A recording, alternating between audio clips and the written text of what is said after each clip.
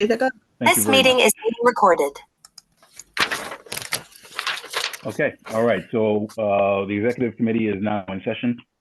We're going to have a very fast tempo this evening because I know that there are a number of members who have conflicts this evening. So we want to make sure the reports are tendered as well, that we're able to get through, ask any questions and approve the agenda for this upcoming meeting next week, Tuesday. All right. First, we will hear a report from public safety. Just as one update, so the public safety chair, Janelle Basil Charles, has resigned. So I appointed first vice chair Primo Lasana to chair the meeting that just passed. First vice chair, do you have a report for public safety at this time? Yeah, sure, absolutely. I'm going to make this as brief as possible. Hi, everyone. I'm in Dallas tonight, and I have to go to a work meeting, so I'm going to try to make this like 5 minutes. Good meeting. A few things came out of it. One, we're passing along all of the SLA applications. There were 5 of them for approval. Most of them should be easy. 4 of them are renewals. One of them is a new license, but it's not a license for a new business. It's a new license for a business that had kind of, they let their renewal run out during the pandemic. One of them actually is for a restaurant, and it's a new license, but none of the, I think, hours of these businesses are too contentious.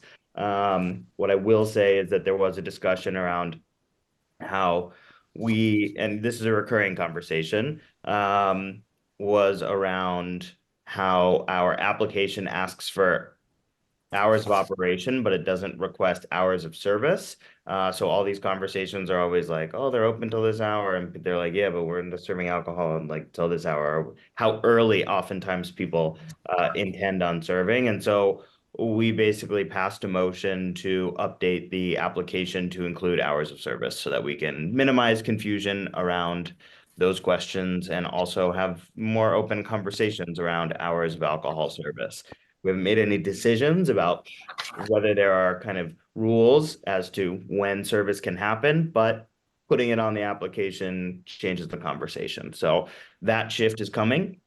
And then I think the probably more important conversation is what's going on with the OCM applications or cannabis applications. And so, I made a suggestion due to the fact that like the chair resigned.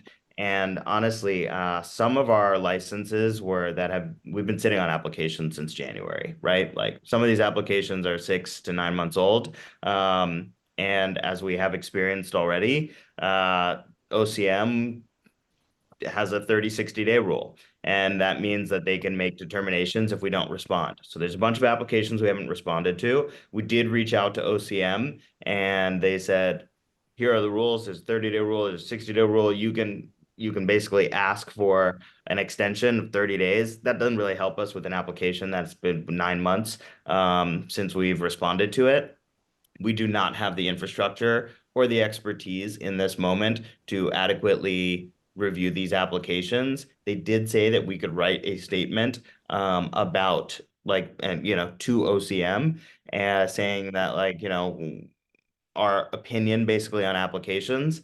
I think that the best move for us right now is for us to write a letter to OCM stating that we are not currently reviewing applications until we are able to establish some sort of new structure, basically putting a pause on it. And so a motion was passed for me to draft a letter to OCM in partnership with, the board office to say, Community Board 9 is pausing on reviewing applications. A little bit of time for us to sort our stuff out. If we're going to have a new chair, that needs to get figured out.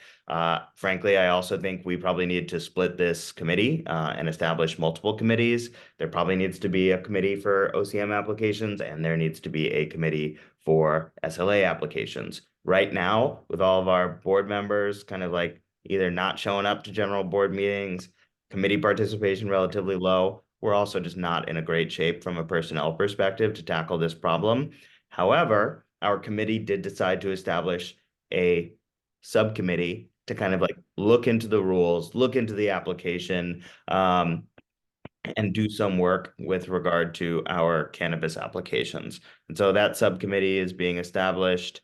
under the leadership of one of our board members who is a member of the committee. And there were about 4 people who raised their hand to kind of sit on that subcommittee. So those are some of the outcomes of the meeting. I think we can keep moving our SLA applications along. We ran into problems for the first time this year with SLA applications because we failed to make comment on them within 30 days. That's a practice that we should no longer carry forward. We should be commenting on all of our SLA applications within 30 days.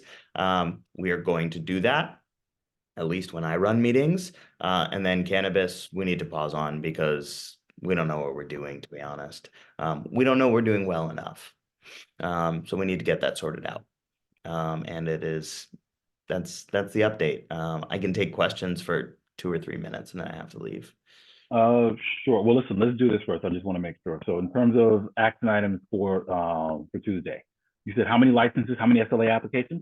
5. Yeah, 5. 5 And SLA applications. Okay. yep, and if you want me to read them to you, I can, but you know, board office has all the information on the applicants. Okay. Sorry, hold on, if we can. I'll Well, rattle hold them on. off. You want me to rattle them off? Is that easy? Yeah. No, Vanessa doesn't want me to. I agree. I'll do it really quickly. All right, okay, let's go. First up, Brooklyn Flea or Smorgasburg. That's the first one. It's a renewal. The other one is Del Patron Mexican Snacks on Lincoln Road. It's a renewal. Another one is Blue Nook LLC. That is a renewal. Gino's Pizza is the one that had lapsed. It's on Flatbush Avenue. Everybody here knows it, I'm sure. And then the kind of new application was for Aladdin Village, which is, yeah. So that's the list. Okay. Aladdin's Village, you said, was the new one, correct? Correct. Technically, Well- Gino's is also new since they lapsed, but they previously had a liquor license. It's Okay. not technically a renewal because it's not in the window. All right. And what was the vote for all of those? Oh, yes. All yes. Okay. So those are approved by the committee. All right. And there were no adverse actions on any of them, correct? There were a few riders on some of them. Some of them like agreed to shift their hours. Okay. No, but I'm saying is like no NYPD, no health No, violations. none of that. None of that. Okay. Thank you. Just want to make sure that was clear. All right. And OCM, so you didn't approve any OCM applications. Correct. Okay. All right. And you said that there was a motion to update the application to include hours of service. For the SLA applications, correct. Okay. So that'll be an action item we should approve for the board. Okay. All right. All right. We have those. I know that you are very pressed for time. Can you take 1 or 2 quick questions?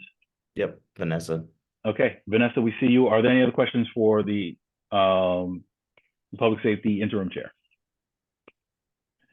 Okay, seeing none, Ms. Raptopoulos, you have the floor. Quick question, did you create an OCM subcommittee? Yes. Do you want someone from economic development? If you want to join it, we'd love to have you. Okay, great. I would love to join it. Done and done. Okay, cool. Okay. All right. All right. I didn't see any other questions, but thank you very much. So we'll take those action items. We'll make sure that they're added as part of the agenda.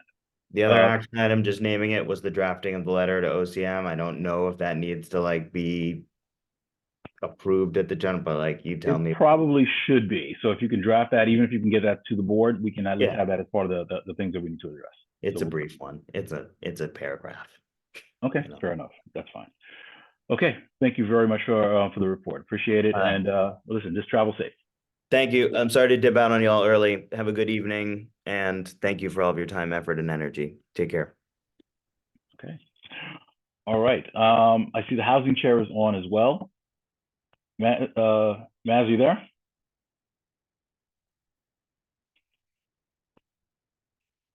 Sorry, yes, I'm here. Okay. I'm not able to come on video tonight. Yes, the housing committee met last Wednesday.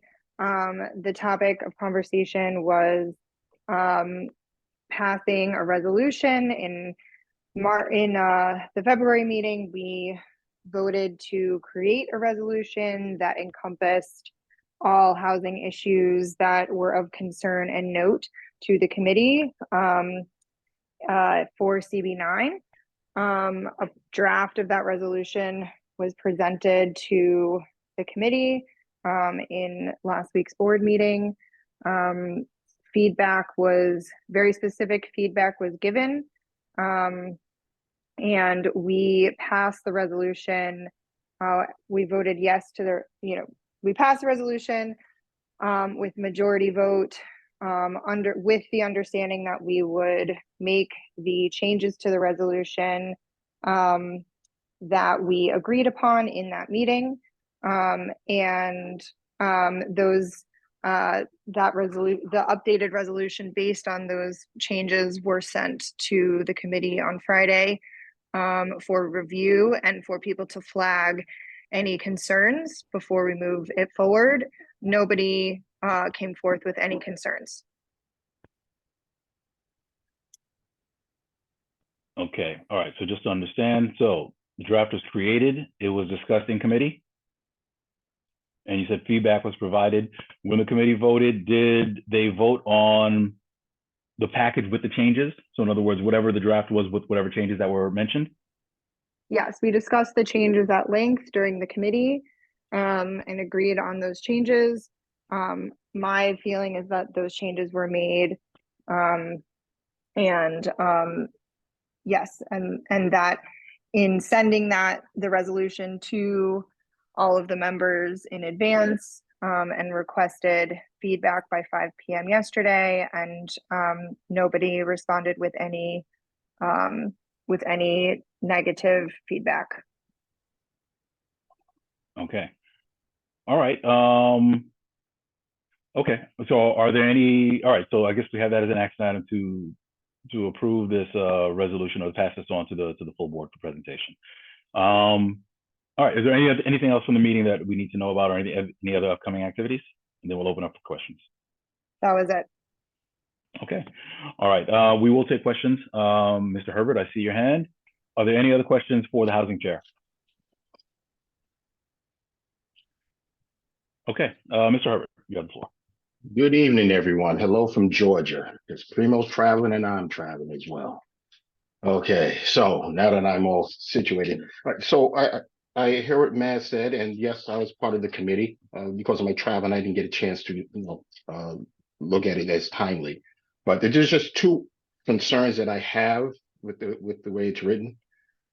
First of all, for item 7, I think here where we say we want to advocate for limits in rent increases across the district, I think that we should tie that to something, whether AMI or some sort of numerical example, because if it's, to me, it's just too open-ended. And I think that, some sort of limits should be set, even by an example.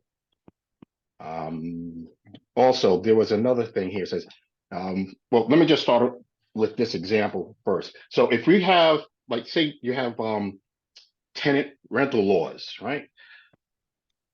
These laws not only protect tenants, but they also protect squatters. And I think that is totally wrong. And I think there should be a distinction between the two. All right. Now, when I was reading this here, it says that advocate for policies that will support low-income and working families, particular families of color, or other marginal identities, right? Ability to rent at rates relative to their income. So I didn't know what marginal identities meant. I looked it up, and it covers a wide range of groups. That are gender, sexual orientation, disability, indigenous, race, and ethnicity. And also, when I take a look at various white papers, they have this phrase at the end, and so on. So what my concern is that and so on, it's very broad. And just as the tenant laws or the squatters are folding into the tenant laws for protections, can they fall into this policy under those same type of protections, right? Can a violent sex offender fall under marginal identities because of this and so on? I keep reading over and over again. So I guess my thing is I didn't quite get a full understanding of the marginal identities based on the white papers that I've been reading, because they leave it open for others to come in of, different classes and colors and indigenous peoples and so on. I would like to narrow that down. That's my concern. I don't think anybody should take advantage of something that we're trying to do for the good of the people, similar to the tenant laws, as the squatters are using those to gain their, home ownership. And that's my only concern.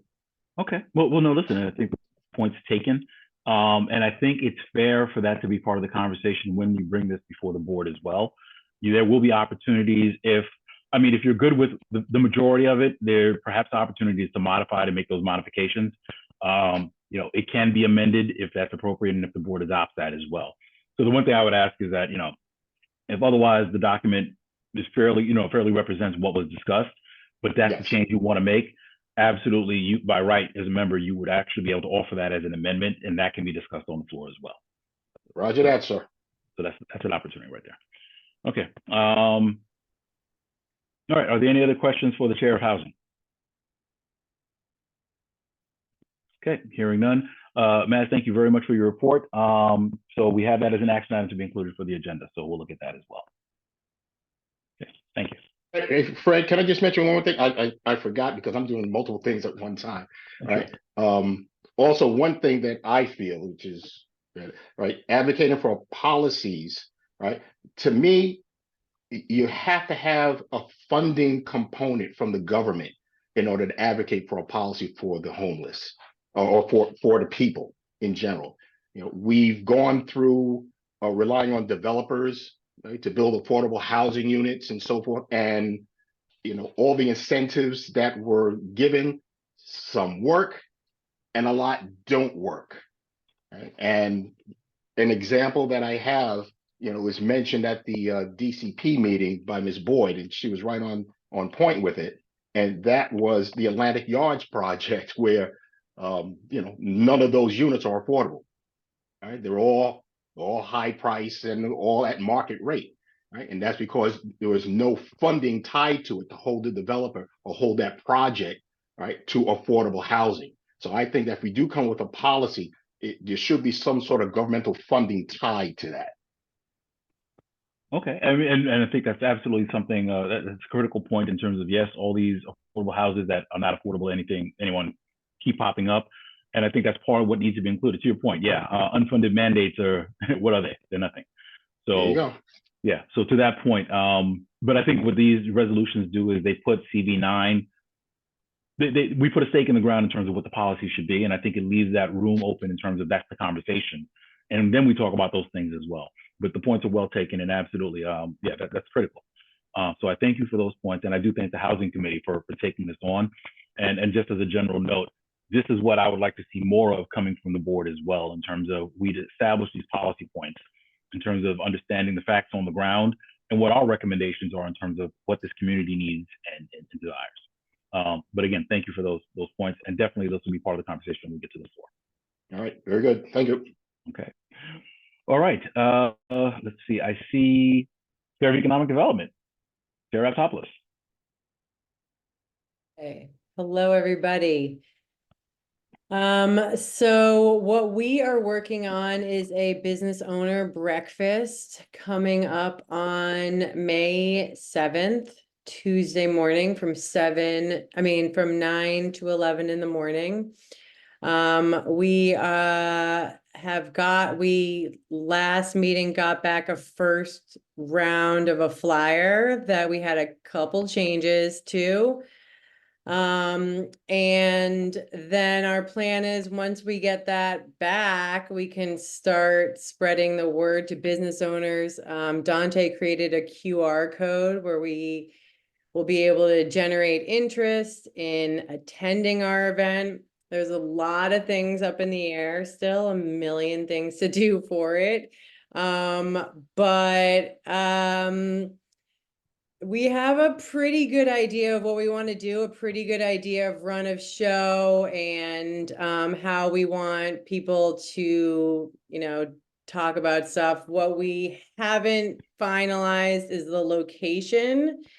We're trying to figure out how many people are going to come. There are a few restaurants that have donated their space, but we're just trying to, it's a little up in the air still.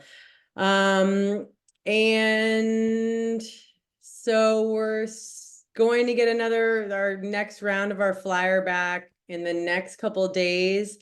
And then our plan is at our next meeting to come up with a ground plan where we're gonna hit the ground, distribute the flyers, gather email addresses.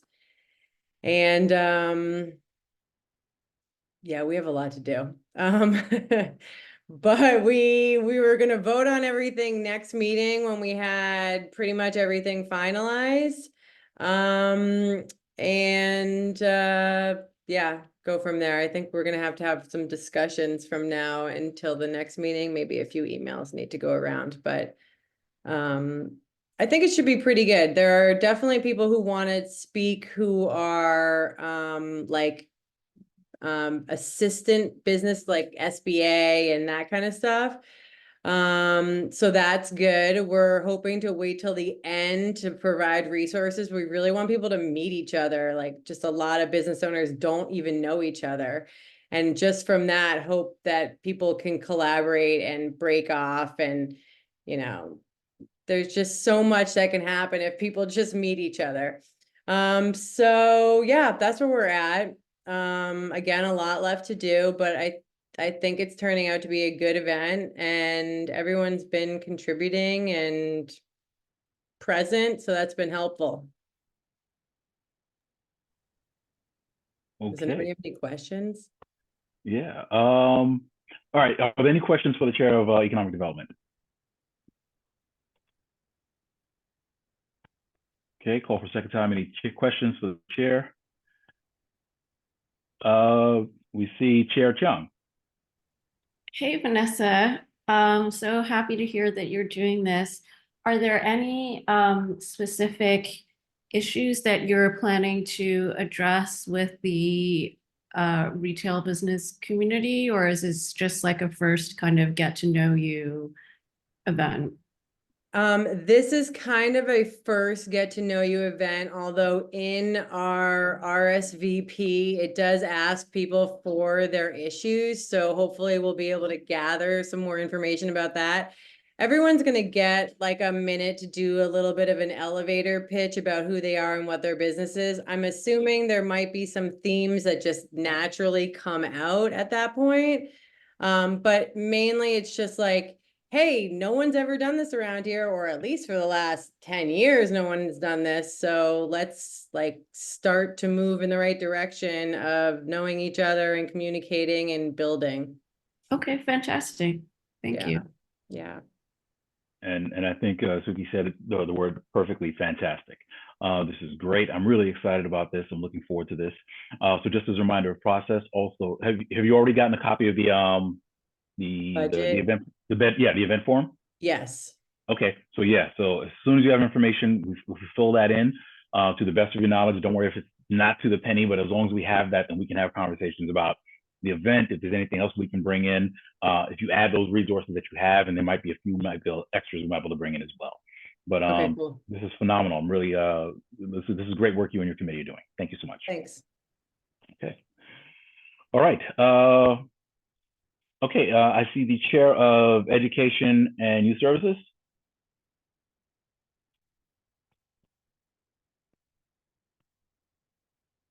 Hello. Hi, everybody. Good evening. So we had a great meeting. We had Assemblywoman Farah Sofrant Forrest attend the meeting and just talk about some of the different initiatives and things that she has, going on that she's relating to just the community and youth. She has an program called Brooklyn Roots, where she provides, people could come and volunteer and do things and help in the community through her office. So that's something that she talked about.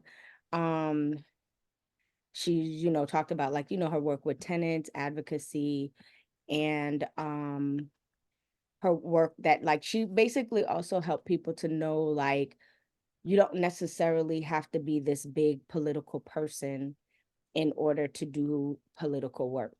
So, she basically talked about how, like any of us who are just into community organizing and wanting to make the community better, that if you want to do that, you can do it through politics and, taking on various roles to help your community. And it's not like you have to go to college and do political science and all of these things. It's just you have to have the heart, the desire, and the willing to do the work.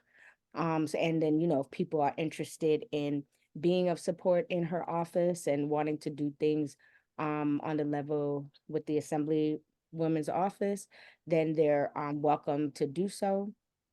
And, we talked about collaborating on various activities and things that we do with the kids that will also, as far as with the youth committee and the schoolwork and different things that we do, that we will always invite her. And if she could attend, she will be there to support us as Community Board 9. So that was most of the meeting. And then we also talked about, SYEP coming up. That where I think she's also having like a summer picnic or something at Fort Greene. And she talked about like, discretionary funds for youth.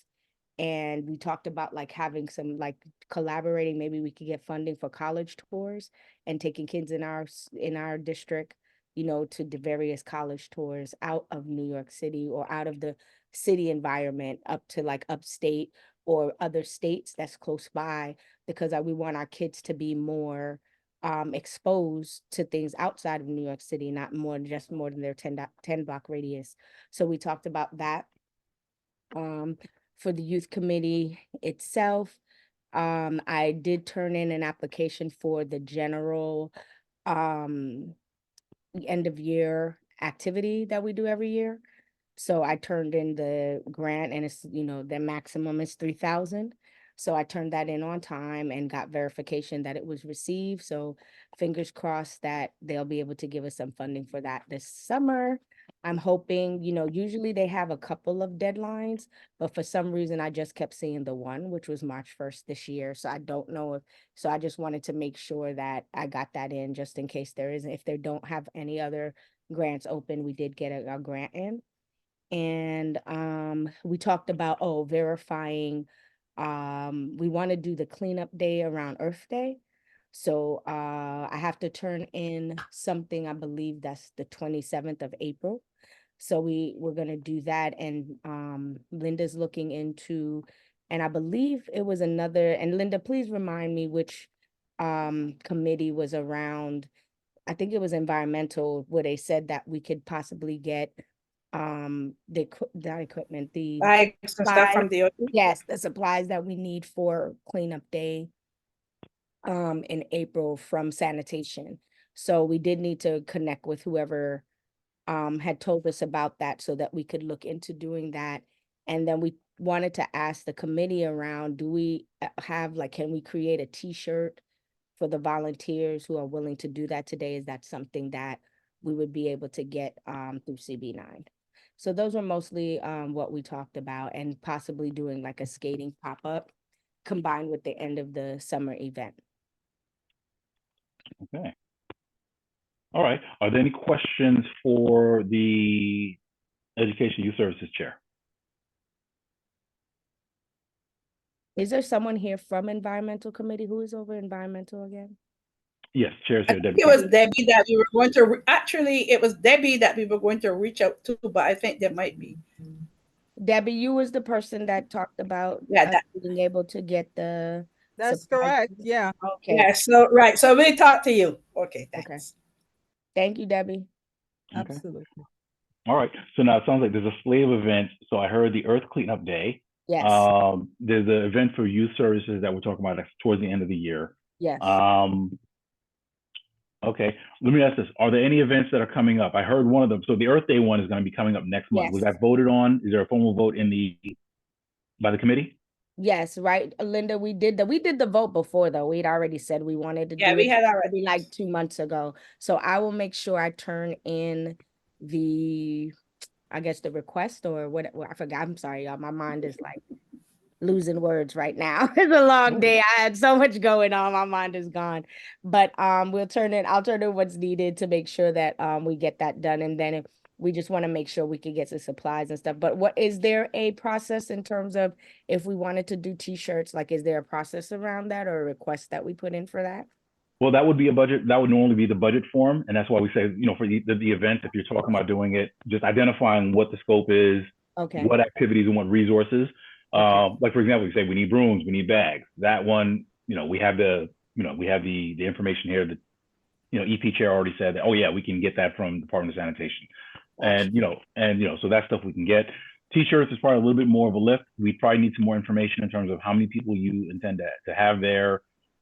And this is needed for when? For April? April 27th. I have somebody that could do the shirts, and I'm sure they'll do it at a lower cost. It would be mostly paying for the shirt. I mean, of course, they'll charge a little bit to put it on, but I have someone who can make the shirts, and we could create a logo, but you know, and they wouldn't press you to pay like if we needed time to pay. But then is there still the restriction around them having to be a vendor? Like There's going to be that. Okay. There's going to be that. So, give me a call. Give me a call, Sol, and we'll bounce some ideas. We'll figure something out. Okay. Okay. So we'll see what we can do for that. Okay. All right. Okay. Just for the administrative side of it. So we're going to vote on as an exec for the actual approval of the Earth Day cleanup. Yes. And then those other details you'll confirm with the district manager in terms of if there's funding available for that and how we can do that. Correct. Get that done. Okay. Okay. All right. So we're going to move on. Thank you very much for the report. We're going to move on. Now, do we need to put in a vote for that here? Because I know we did the vote on our side. Is there need another right vote? So yeah, and just for clarity, so this is for all the committees. Remember, your committee will vote on it to say we approve the event. Part of that should be that event checklist, because that's going to give us kind of all the information we need. Day, time, where is it going to be, resources acquired, budget if there's anything else. Okay. So that way when it comes here before the exec, we have that information. We can vote on it and say, yeah, it works, sounds good, let it go before the board to vote on. Or if we say, listen, there's information that's missing, we probably can't approve it, and we just send it back to the committee if there's information that's missing that we need. Okay, so we need to turn in the form before it could be voted. Like we can't vote on this now. It sounds like it's minimal. It might be something that the DM can take care of, might possibly be able to take care of. Okay. But at the very least, we should approve the event because that should go on the board calendar as well. Right. Okay. So it should be CB9 Youth Services Committee and Education is going to be doing this on this date. Mhm. And that way we can make sure it's going through all the channels, it goes through the listserv and everything else as well. Okay. Okay. So yeah, so that's just a reminder for all of us as well. So that way, you know, to make sure that it's all being communicated, the board is fully behind the events as well. And we can identify earlier rather than later if there's anything that we need to bring in terms of resources. You know, and in case Dante needs to go begging with a hat, you know, so he knows early enough. Yeah. Okay. And Okay. next month's general board is way before that event. So in the event that we need to vote on something next month, we will have time because all of the days are pushed up due to PASCO. Okay. Oh, so the voting needs to happen at the general board meeting. Correct. The general board will need to approve it. Right, yeah. Still trying let's to see. remember how all the processes work with that. So, okay, got you. I got it. I understand now. All right. All right. Okay. Thank you very much. Thank you. Okay. All right. Looking around and in no particular order, I do see Chair of Health and Social Services.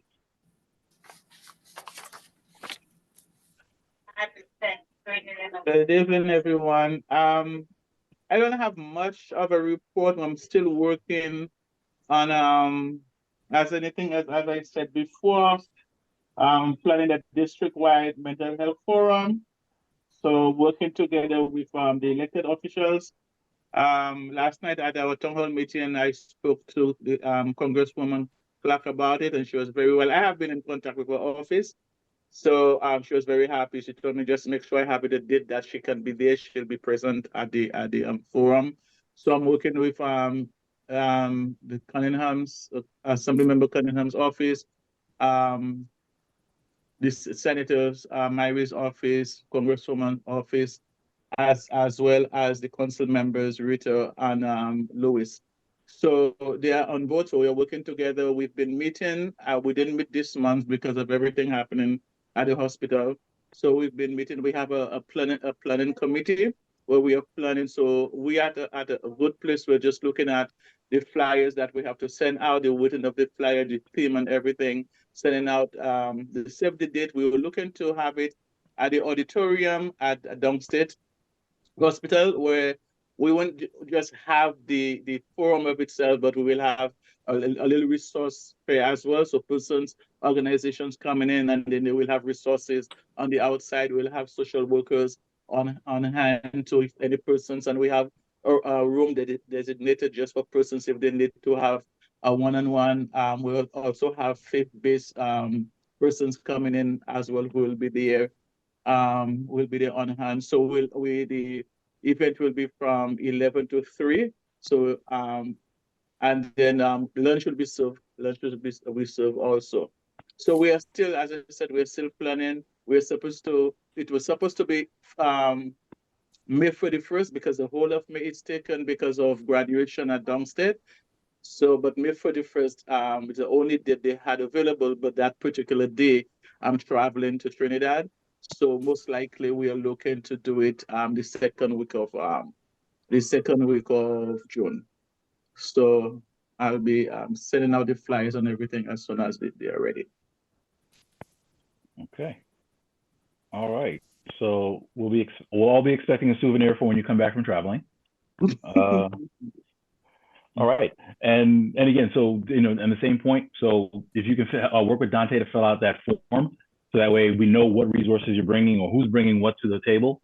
And then we'll know what else we can do in terms of if there's any resources we can put in to definitely make sure that the event is a success per your usual standard. So. Thank you. Okay. Okay, so for this month, there are no action items. I'm sorry, Chair. The committee, we are also planning a SPADI for the seniors, a district SPADI for the seniors also in the summer. So that is something we are looking. So I think when it comes to a budget, it's something that I have to really, you know, we have to talk about. Council Member Rita Joseph, you know, she promised that she was going to give us something. She said, well, she loves her seniors. So she will donate, you know, I'm not sure as to what she will donate, if it's cash or whatever else that will be needed, but she's on board to sponsor us with whatever that we may need. So I'll have a conversation with Dante, but we are still in the process as to, so there's two things we are looking to do. Either we have a SPADI, but we're looking for the date, the venue, a nice place where we can have the seniors come in, or else we're looking to either take them out to a Broadway show and lunch after. So it's either or that we're looking to do for the seniors, but it's just seniors, not 50 years old, 60 and up. Okay, I don't have no. Party for seniors. Yes, thank you, Chair. Okay, all right, thank you very much. Are there any questions for the Chair of Health and Social Services? Suki, I see your hand.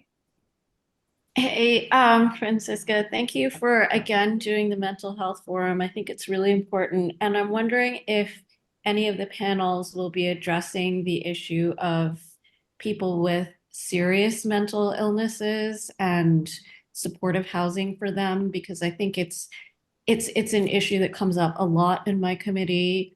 It's obviously something that's needed, but I don't know of any neighborhood that doesn't get upset about it when it's placed in their neighborhood. And I think I know it's a really difficult topic and I probably shouldn't be poking it, but I think if we don't address it, it's never going to be solved to anyone's satisfaction. I don't think there's any part of the district that has not been affected by this issue. There's people that are placed in apartment buildings, and you got complaints. There's people walking up and down the streets who are clearly disturbed. What is really like the best practice for handling this, and what are the best models in terms of housing and supportive housing? I think we need to address this somehow, or I don't think a solution should be beyond us. I'm not saying it's easy, but I just feel like we're not acknowledging it as an issue, and that's not good. So, when it comes to mental health and the impact of mental health, it's such a wide scope of discussion. There's so much that we have to discuss, so we cannot, tackle everything at once. So hence the reason why, as in our discussion, we've decided that we're having the first segment in June. Then later on, we're looking to do another one, most likely around June, July. So we are looking to do 3 forums for the year. And then based on the especially the one in September is really when it comes to youth and young people. So this is just one segment that we are having. We have spoken about housing, but then as I said that we are looking at, as we come together, we have social workers who are part of the discussion of the planning. So we are looking as to where to start, because if we cannot bring everything to the table at once. So it's going to be an ongoing conversation, and definitely housing will be part of it as well. So as we go along, we'll put in us to the areas of discussion, and then we'll move on. And as we have with this dialogue right now, other persons who have other ideas, they just bring it to the table, and then we add that to the discussion as we move along. But it wouldn't be a one-time thing. It's an ongoing conversation. All right, that sounds great. I definitely look forward to to hearing more, because I think, my committee tends to be on the receiving end of it when something is placed in a certain place. But, I think we all want to be solution oriented and really, really do something for people who need help and make it work. So. Yes, definitely. I agree. Yeah. Okay. All right. Thank you very much. Okay. All right. We are going to go on. I see the Chair of Transportation is here. Hello, you're right. So from our last meeting, the committee just generally reiterated the importance of getting those last resolutions through. We're trying to, beat the clock and get this to full board as soon as we can. And we're also doing some collaborative work on those resolutions in the meantime. So if you can get this on the general board, maybe for March, April latest, perhaps, they'll be pretty finalized and ready to go.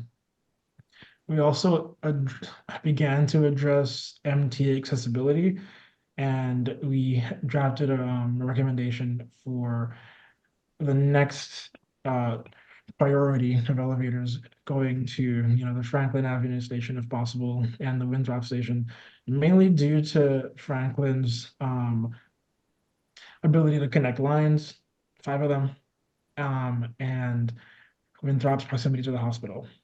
So we want to get that set. I'm sure we know the MTA is working on this in the background, but we also want to let them know what our needs are, from our side. So those 2 things are the main 2 we're dealing with going into the next general board meeting. And those will also be pretty much set, I believe, if you were to have it in March. Next thing would be the community fair. I'll talk to Dante about that, but we do have some plans percolating for the community fair activity. We're considering like a workshop and transport workshop where we have a bit of a showcase of potential outcomes for the district. But we're going to further flesh that out and probably have that ready by next month. Okay. All right. Thank you very much for that. And I know this is a conversation we've had about the resolutions. Yeah. I would like for us to try and put this on the agenda. I think it's a matter of really being able to combine the 2, because you've done a lot of work on those. We'll see if we can make that conversation along with a few other points, and we'll try and see. We're going to try and be aggressive to see if we can get it on for this month. If it doesn't work, that's fine, but I want substantial work done on it, so that way if we can't do it this month, we will definitely get it by next month.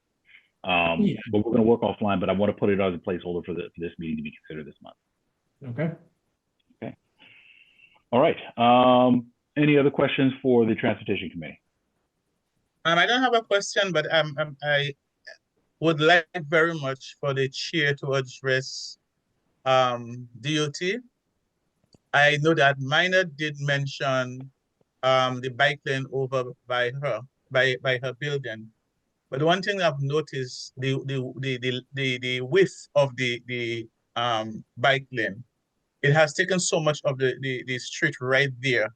And even cyclists, when they're coming wrong because the opening that they have that is wide for the cars where they are parked, and then they have this wide openings. They took up the width of that opening, and they're taking almost half of the street close to the corner of the street there on Sterling.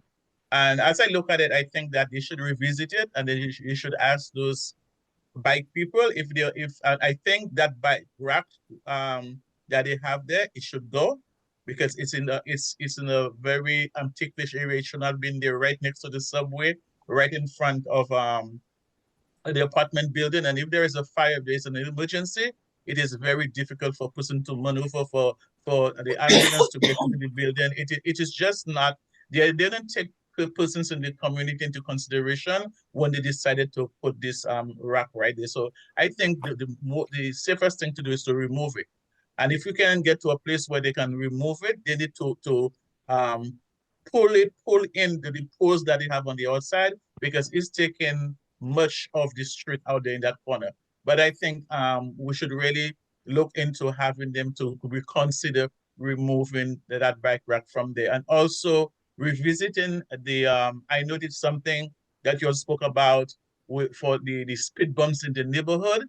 And instead of getting speed bumps, you're getting cameras to generate funding in the community and funding for persons in the community, and not looking at the interests of persons. And it is an ongoing thing. When persons leave Bedford Avenue towards Washington, they are trying to beat that light. And if someone should get hit or injured between Bedford to Washington, I'm telling you, whatever I have to do, I'm going to rally everyone on that block to file a lawsuit against DOT, because they came over there and they came over and they came over and they came initially from Nostrand down to Bedford. You know, they have speed bumps there. What is the reason, logical reason that they can give that they cannot put 2 speed bumps from Bedford to Washington? And those drivers, they speed down that block. They speed to beat either when they're coming from Washington, they speed from Washington to Bedford to beat the lights, or else they speed from Bedford to Washington to beat the lights. So just a bit of pretext.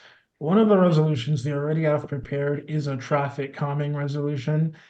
It does provide for speed bumps, cameras, all those things. It even references the DOT reference numbers of previous complaints of people asking for these that were not denied and they're still open. So we have, you know, the references that would let DOT know internally where they can look to find those problems. But I do want to ask, just in case this particular area you're talking about isn't in there, so we can add it. Where would those speed bumps be placed? On what street from Bedford to Washington? Lefferts Avenue.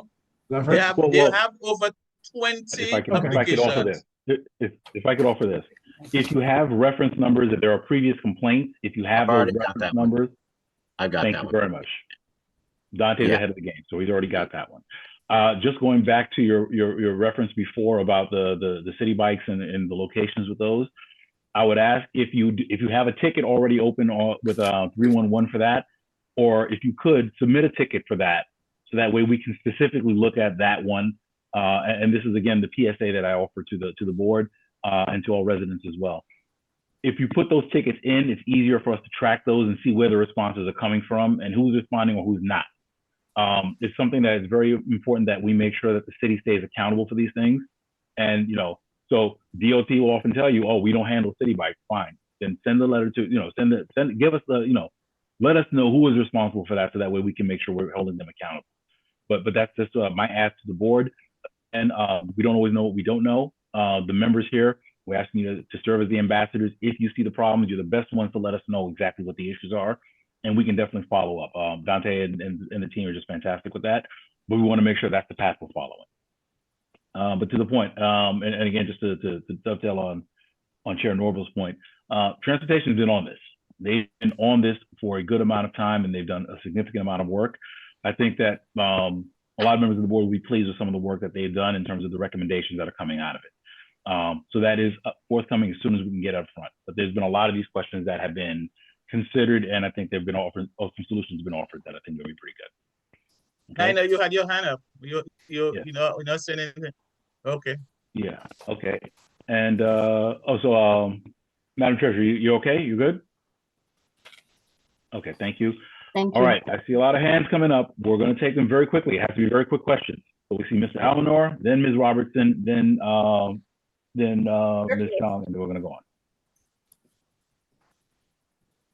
on. My question is similar to what's happening in Lefferts. In my block, they repaved the block and there were 2 speed bumps which has not been put back. As a result, we had a major car that was speeding up and capsized right in front of my house. I think we did call 311 to that effect. I don't know how fast transportation DOT, the problem is DOT move. If you repave the road and there were 2 bumps, you should put the bumps right away. It's been over 3 months since those bumps are not back. And I'm right next to a park and next to a school. And we saw the result where a car was speeding down and capsized. So I think 311 might have been put up. I don't have the number yet, but we need to know why they take so long not to repair it and put this, because those traffic calming devices are going to save lives. It was lucky nobody died. No, understood. And just as a quick short answer, my understanding, and Dante, please correct me if I'm wrong. From the conversations I've had with DOT, the street paving team is different from the speed hump team. So when they take them out, that doesn't necessarily mean that's the same people who put them back. So that's why you sometimes see a gap in between that. Now these gaps, they shouldn't be taking as long as they take. So absolutely, if there's a reference number, if you can provide us that, we I've can already follow got up that and make- request and I already sent it to DOT. Again, Dante's beating me to the punch, but I hope that answers your question. And again, if there's any of these kinds of issues, please make sure you get them to Dante, because a lot of them he knows about. These are known issues, and we can try and see if we can get timetables or get them to speed things up as well. Okay, but thank you, Mr. Almanor. Felice? Yes. Well, as you know, I've been sitting on this board for almost 10 years. And in those years, I've been asking for the safety of the community on Washington Avenue. And that has not been provided yet. I know that they put a camera down where Sullivan is, but we actually need the camera. Let me put myself on. We actually need the camera here on Montgomery. It's been too many years and we're still having accidents here. I don't understand. I'm hearing everyone speak on and spend months. I'm speaking of years. And yes, someone did die. And yes, we've had accidents and of recently. So what we're doing now? What's going on? I just want to know what's going to take place.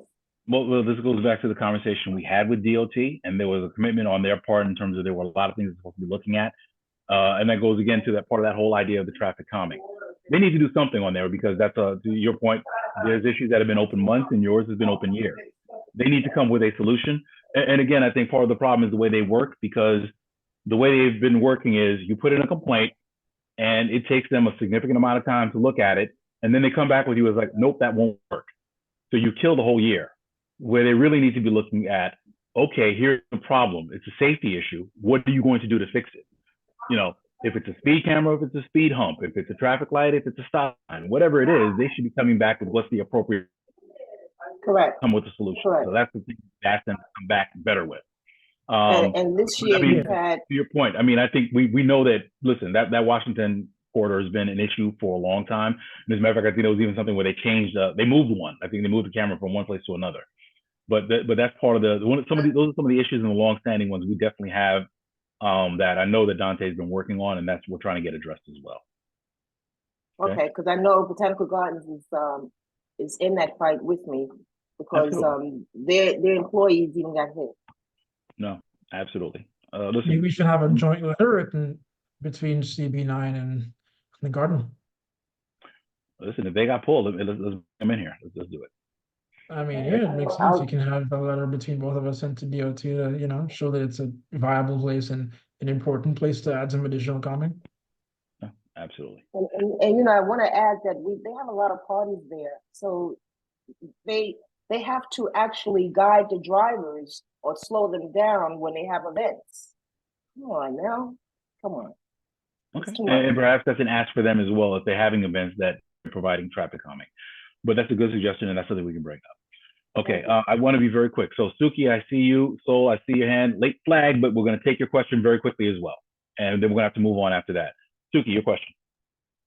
So, I'm still not really understanding what this plan is about. I hear that you've done a lot of work on it and I appreciate it.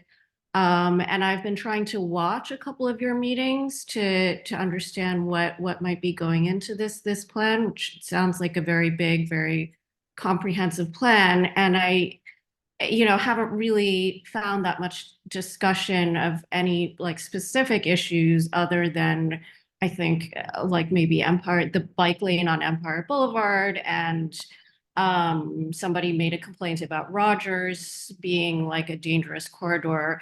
But is there something that we can look at that you've worked on, or is there a particular month's meeting that you can point me to where you discussed the majority of this? Because like I said last time, I feel like I need to take this back to my community members if there's anything that affects them, or if there's an issue that they wanted addressed that didn't get addressed. I need to look at something, and I don't really understand like what's in this, although I appreciate that you've done a lot of work on it.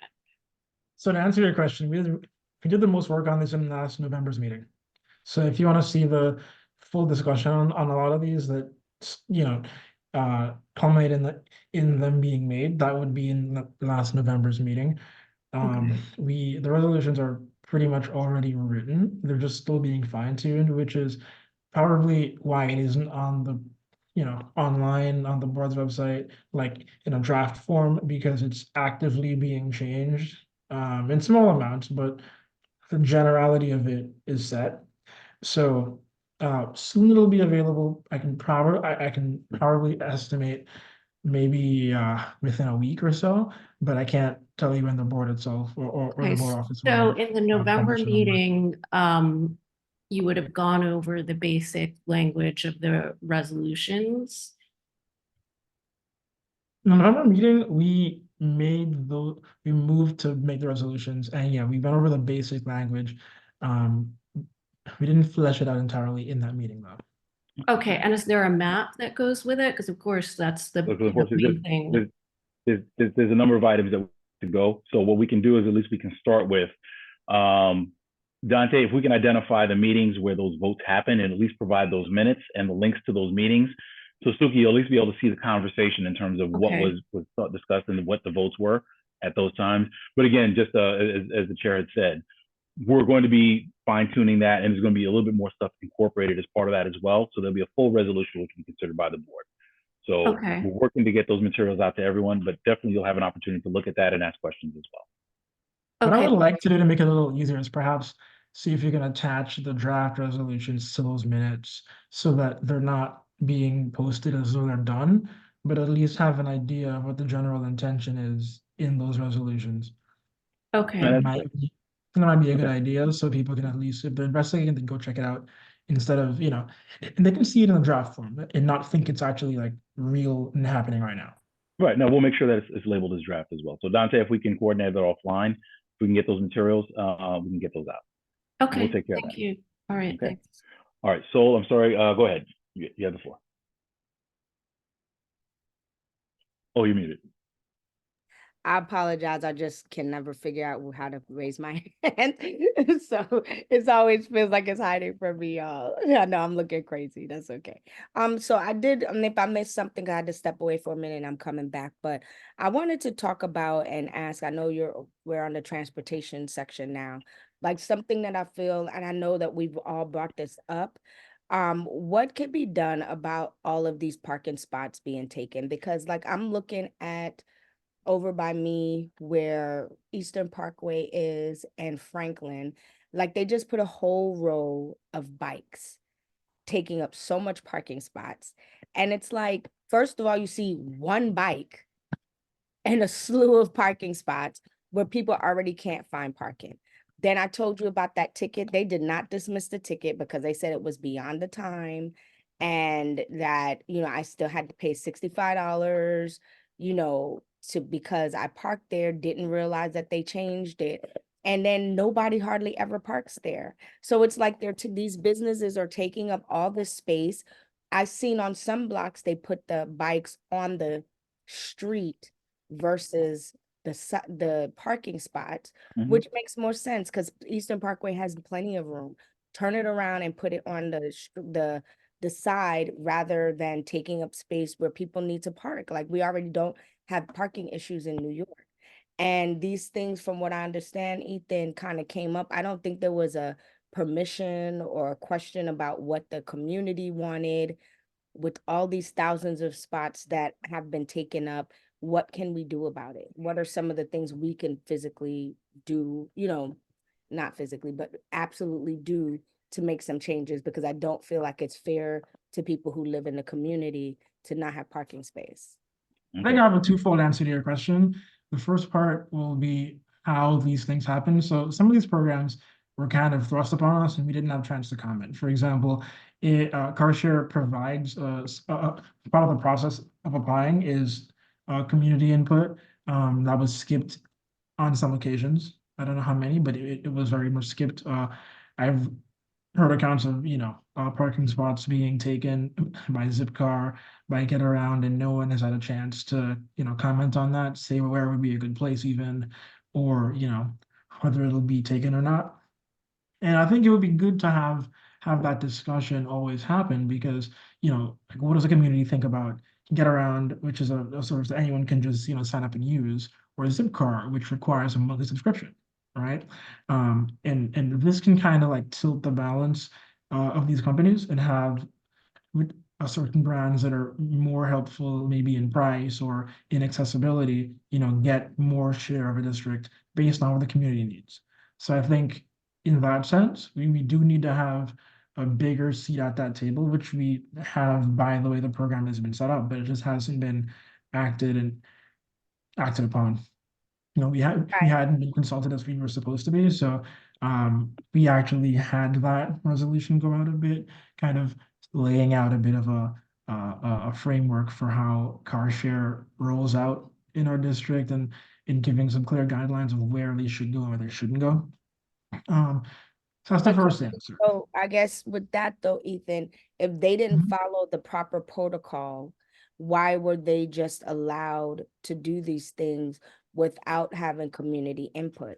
Right. So like there should be, Right. if they didn't. I apologize, but we've really got to move on. We've had a couple, but I just wanted to say this because I think you might have stepped away as well.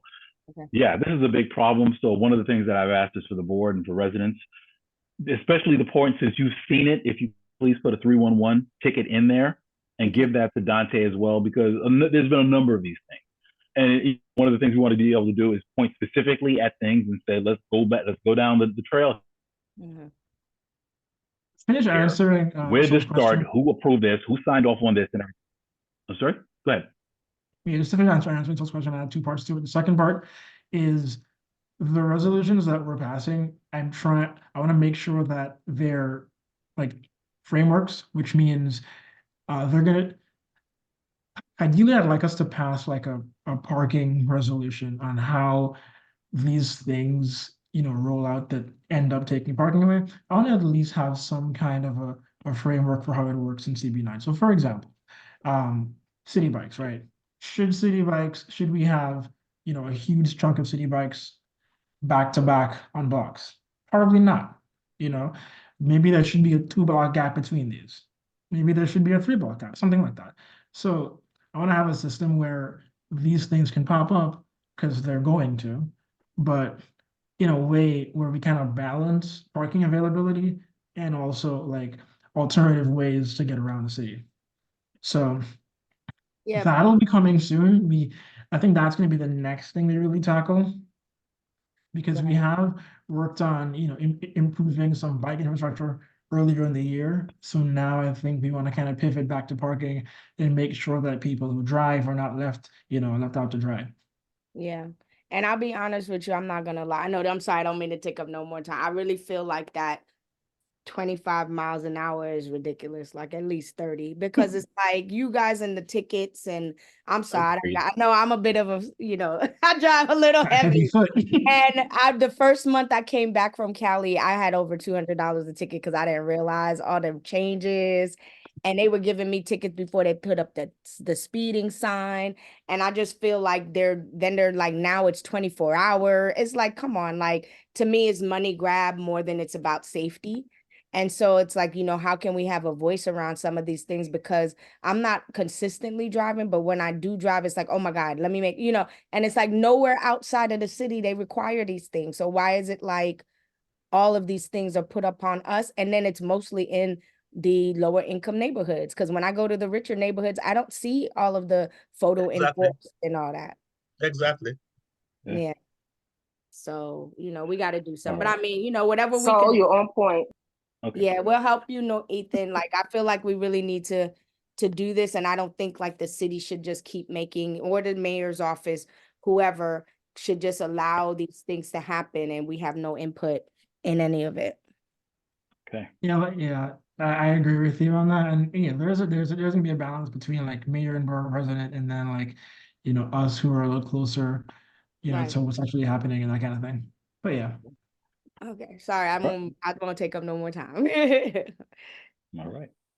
Okay, thank you, everyone. And again, so I think there's some great work, and there's going to be a resolution that I think will serve as the floor for the conversations. And it's the floor again. So I mean, as things come up, absolutely we can improve, we can expand, we can do this, but I think it sets the tone in terms of the conversations and the issues in the district. Okay, all right. I see the chair of environmental protection.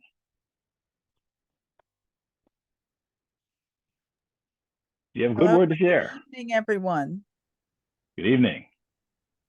So we met on March 7th. We had a nice presentation from Tanya Hollingsworth from the New York City Health Department on soil contamination.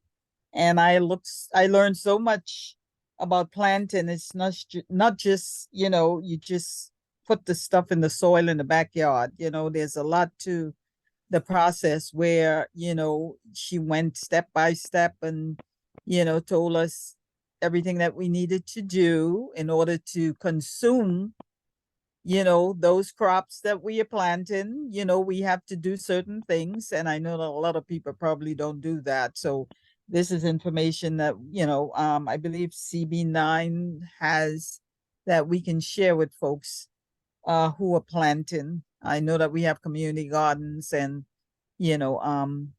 but there's a lot of information pertaining to that, and it's very helpful.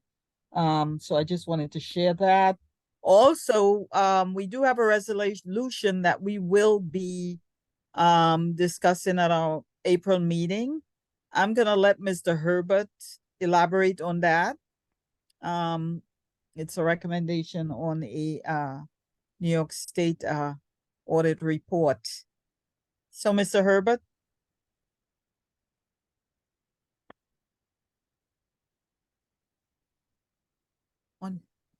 You muted.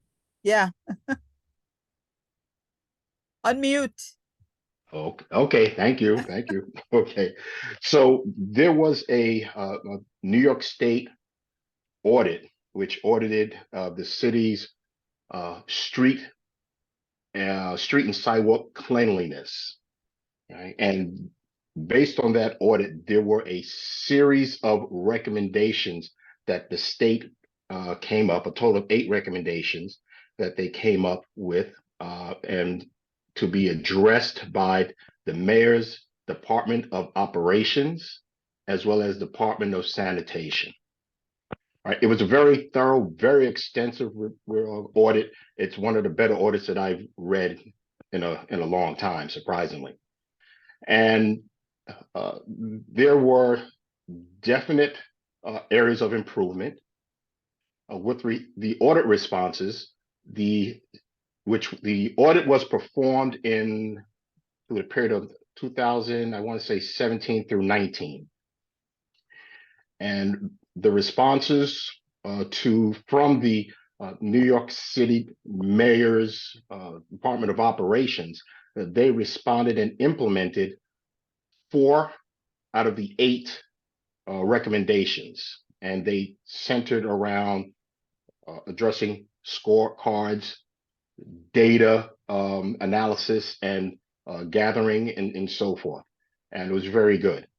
Now, when we take a look at the Department of Sanitation, they have not implemented any of the recommendations that were given. They did provide a follow-up response back in 2020, citing that COVID was taking away their resources and so forth, but now COVID is over. So those responses, here we are 4 years later, they have not been answered or addressed.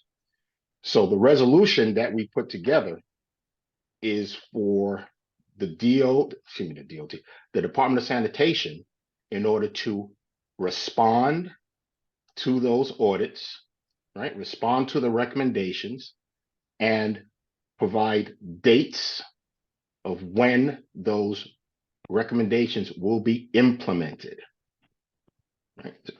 And some of those a lot of them center around communication within the department, and also the quantifying and utilization of data. And it appears the Department of Sanitation relies on the knowledge of their supervisors.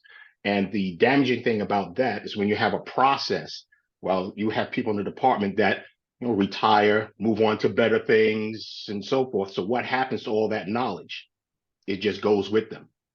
So when you have a process and you have data and you analyze it, all right, the training to read the data, analyze the data, all right, you won't miss a beat.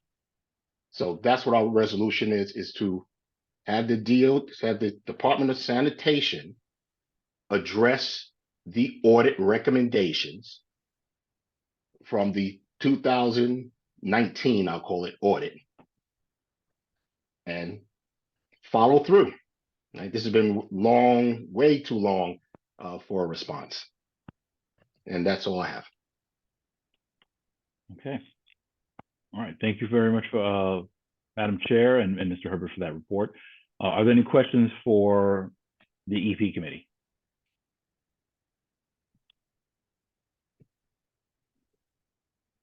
Okay, seeing none. Mr. Herbert, can you forward a copy of that report or a link to that report to the district office? I believe I did, but I'll send it again. Oh, okay. Oh, okay, perfect. Okay. All right. Yeah, Yeah, definitely interested in We looking did at it. that. Yeah. Perfect. Okay. Yeah, we attached the links to the resolution for reference. Perfect. Oh, okay, thanks. Okay, so I'll get it then. I'll look at that. Thank you, but thank you very much for the work that you're doing. Appreciate that. Okay, no problem. Okay. I see was Mr. Almanor here? Yes, Mr. Almanor, do you have a report for Parks, Recreation, and Culture? Yes, I do. I would say good evening, everyone.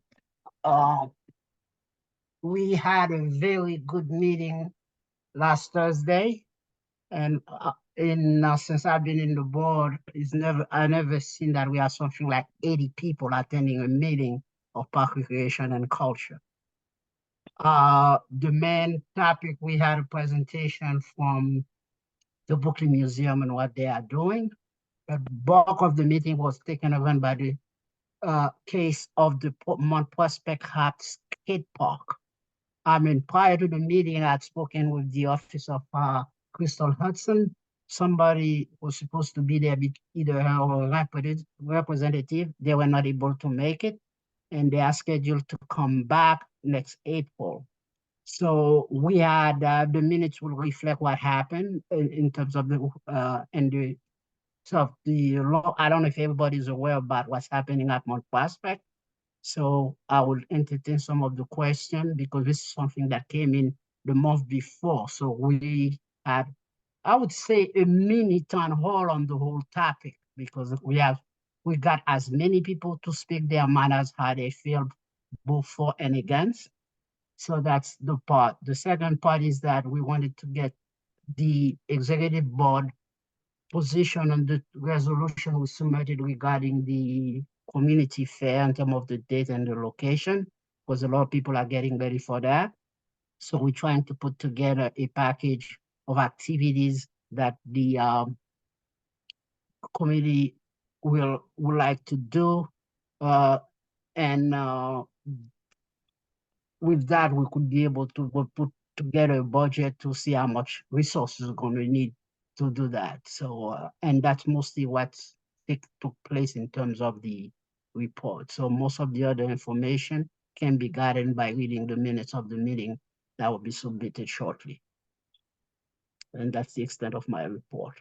What I like to add is that the Office of Consultation will be back in April, but however, on Monday, the 25th, the Mayor's Office, Department of Parks and Recreation will be conducting a meeting at the School for the Deaf, St. Francis of Sales, to address a lot of the questions. So I invite people to come there because what's happening in Mount Prospect, it's already, they are trying to build the largest skate park in the Northeast. A lot of people felt this is going to take away a lot of the green space. If you've never been to Mount Prospect, it's usually a little oasis, which is between the Brooklyn Museum and the library. So please, I think it's 6 p.m. at St. Francis of Sales School, Eastern Parkway between Clarkson and Franklin. So the mayor's office will be there, the department session will be there, and the office of Crystal also will be there to provide as much information. Okay, and that's the extent of my report. Okay. Are there any questions? All right. Well, first of all, are there any action items on for your report for this month? Anything we We need to? don't have any action item for this, but the only action we would like to know exactly what is the executive board answer to the date for the community fair and the location. So Okay. I know that was presented before. I don't think we ever voted in terms of those two items. Okay, I think the district manager will speak to some of that during his report, and I actually have it as a note on mine as well. So we're going to defer on that, but we'll come to that as well. But the only thing I would say is if you do have any activities, or at least even if there are proposed activities, if you haven't submitted them already, please still give them to the district office, because as we're considering venue and other things, you know, some items may be more conducive depending on where we land in terms of the venue. So if you have them, if you haven't submitted, please make sure they go in. Yes, will do. Okay. All right. Any questions for the chair of Parks and Parks, Recreation, and Cultural Affairs?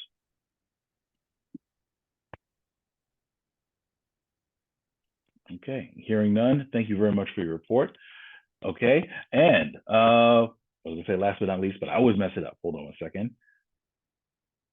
I do see our chair of land use, Suki. Okay, good evening, everyone. So we had two rezonings, proposed rezonings, one at 962, 972 Franklin Avenue, which was a portion of the Old Spice Factory site. It's not the full site, it's just the southern portion. The second was at 7399 Empire Boulevard, which is just to the south of Ebbets Field.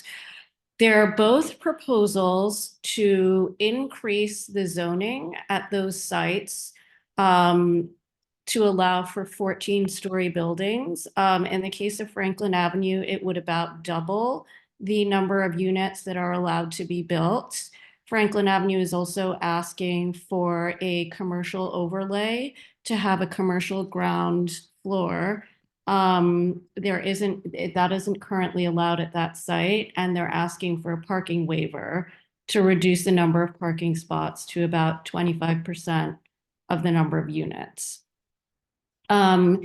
So we had a representative from Crystal Hudson's office there. We also had a representative from the Department of City Planning.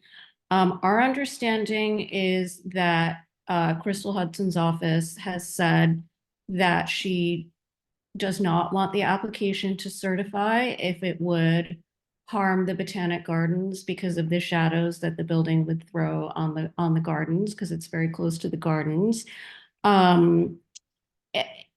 Which in this case, they've already released a preliminary environmental assessment, and it is certainly possible that the shadow would fall on the gardens.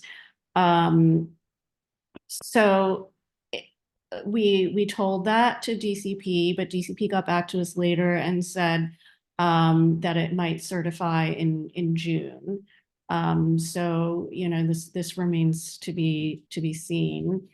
As for the other application, which is newer, we had some discussions around that. What they filed for was to have 2 stories of retail. They either want like some sort of destination retail, like a larger format store or supermarkets or both. And the rest would be, I think, like 285 units of housing with 20% affordable at either the 60% or the 80% of AMI level. And as you all probably know by now, those levels are quite high these days. I think 60% of AMI is something like $77,000 a year for a household of 3, and 80% of AMI is like $100,000 for a household of 3. So you know, there was like some pretty robust discussion. I think there were people who thought that it was important to negotiate because with the developer, because otherwise we wouldn't get any affordable units, that there's no housing there now. And, you know, we should at least get some affordable units. I think there were other people who felt that this was a bad precedent to set because we're essentially tripling the amount of density that can be built on this corridor. And, you know, basically everybody's going to come to us with this request. And this is really going to lead to the area being overwhelmed. And in fact, everybody has been coming to us with this request since the Cornell Realty site to the north was rezoned for 17 stories.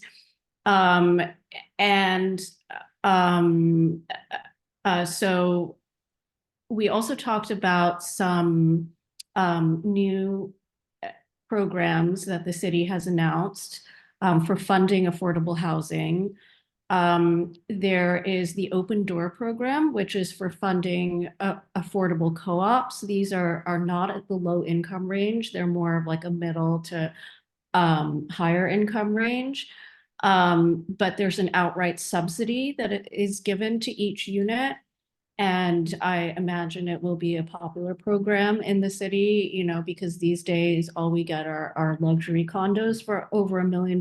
So if you can get something that is more reasonably priced, I imagine that will be popular. And there's another, the mayor's also announced that he's starting a fund with the construction unions to fund multifamily workforce housing. I don't know exactly what that means. But I think to Rod's point, which I heard just as I logged on about having funding attached to affordable housing, you know, there are some programs out there.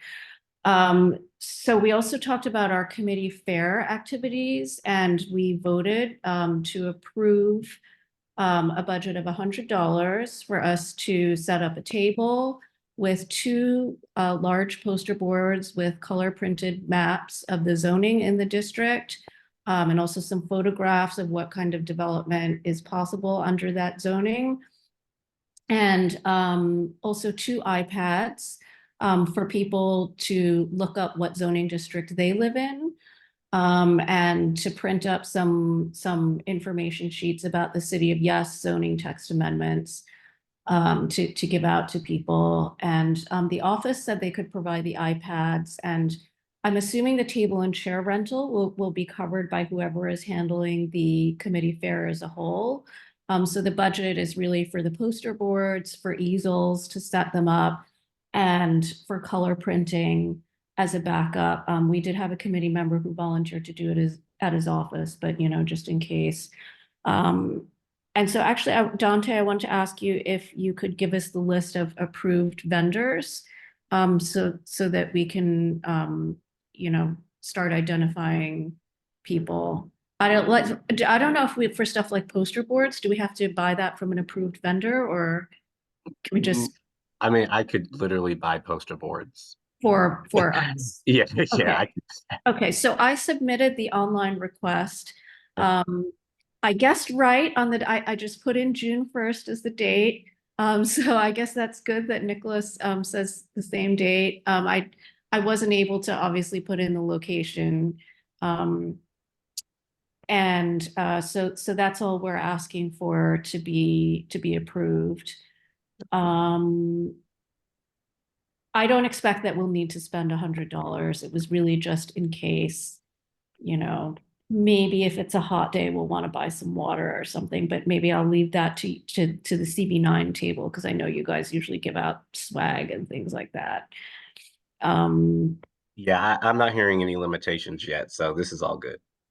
And just, you know, as long as I have the floor, you know, I just want to ask all the chairs, if you can respond to Dante's email about sharing chair emails, I think that would be great. I think only a few of you responded last time, but a lot of these issues and questions that people are raising, I think are like do cross committees. Like, for example, to the parking issue, Sol, from a land use perspective, I can tell you that what's going into these developer applications, like literally what they write on their application to city planning, is things like the census survey shows that only 12% of CB9 uses a car, and therefore we don't need to worry about the congestion that we might be bringing to a narrow street, right? But you know, or like I think on something else I saw that we were, I think what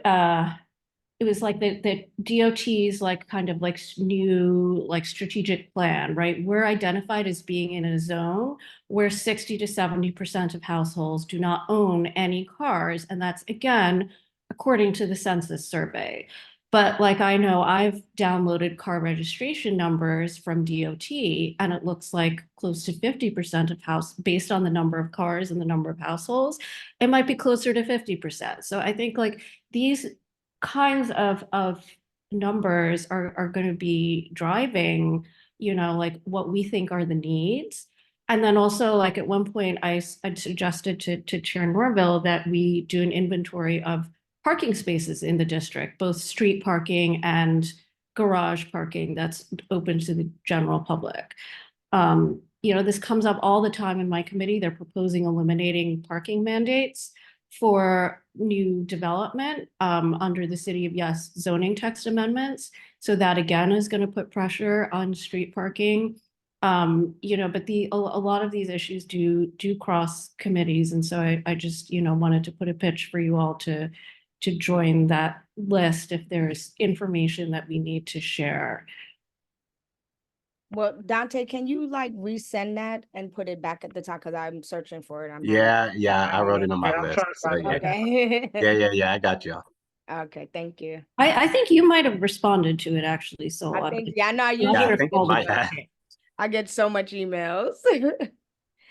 But yeah, we definitely do. I do think that we should be able to like communicate with each other some more and you know, help each other more, especially when we have ideas that do cross, like you're saying, Suki, like that it crosses over into different committees that we should be working together a little bit more. Okay. All right. Okay, Suki, did that complete your report, or are there any action items you have for your report today? The committee fair. Okay. All right. That one, I think it just send that as a budget request. Okay. Approve that today, but send it as a budget request to Dante so that way he has it as part of the planning. Okay. Yeah, I did submit the form. Oh, then you're good. Then you're good. Then we're good. Okay. All right.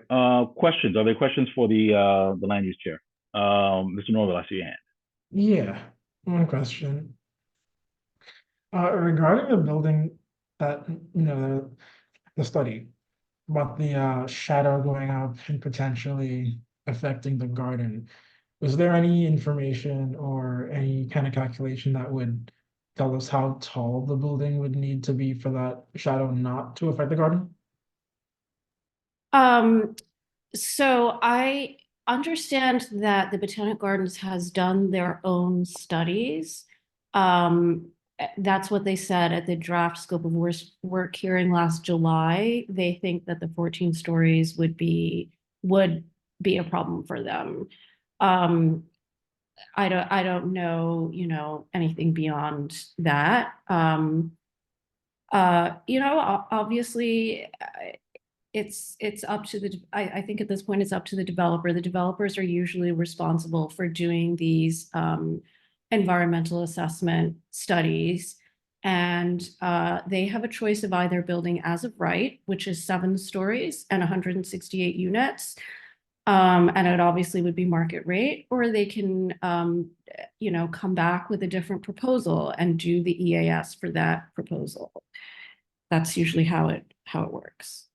Okay, well, I mean, in the interest of the gardens, shouldn't there be some kind of a guideline that would tell developers how high they can build based on their distance from the gardens, since shadows are a pretty repeatable thing and we can predict how they get cast? So I can only tell you that this zoning, the R6A zoning, which has a height limit of 7 stories, was put in place in 1991, apparently in response to a proposal for a 30-story tower. And so at that time, a portion of the area was rezoned to 6A, which is for 7 stories, and a portion was rezoned to 8A, which is for, I think, the 14 stories. And that was supposedly negotiated by this community board as a way to protect the gardens. So my assumption is that 6A zoning is what they believed would protect the gardens. Right, and to be clear as well, when 960 Franklin was proposed the first time, we created a resolution, and part of that resolution was to uphold the 1991 zoning. As that's what was negotiated, we felt that developers should be sticking by that. And there are definitely conversations to be had around, why do you buy properties in places where the zoning gives you 7 stories, but all of a sudden now you're speculating and everybody buys these properties for 15 million, 20 million, or whatever numbers. But then they want us to bail them out and say, okay, listen, you know, you need to allow us to build 16, 17 stores so that way it's affordable. I'm like, you should have thought about that before you bought the property, perhaps. Yep. But I offer that, but that'll be a continued conversation that will happen through ULURP, and it will happen as part of the conversation. The only thing I do want to add at this time, just for thought as well, is my own personal issue with the idea that this may potentially get certified in June, because that starts the ULURP clock. And I never understand why they do that when it is well known that all community boards are generally in hiatus over the summer months. Yeah, so I brought that up to DCP, and he said that we would have additional time on our clock to comment. So he said that that's like per the charter, that if it comes up over the summer, we would have until September. If it comes up, if it certifies in June, we would have until September. If it certifies in July, we would have until September. But I believe it only gives us like an extra 15 to 20 days or something like that, like 15 days. Yeah. So what I'm saying is the expectation is still that the board is working over the summer when, again, per the charter, the board's in hiatus over the summer.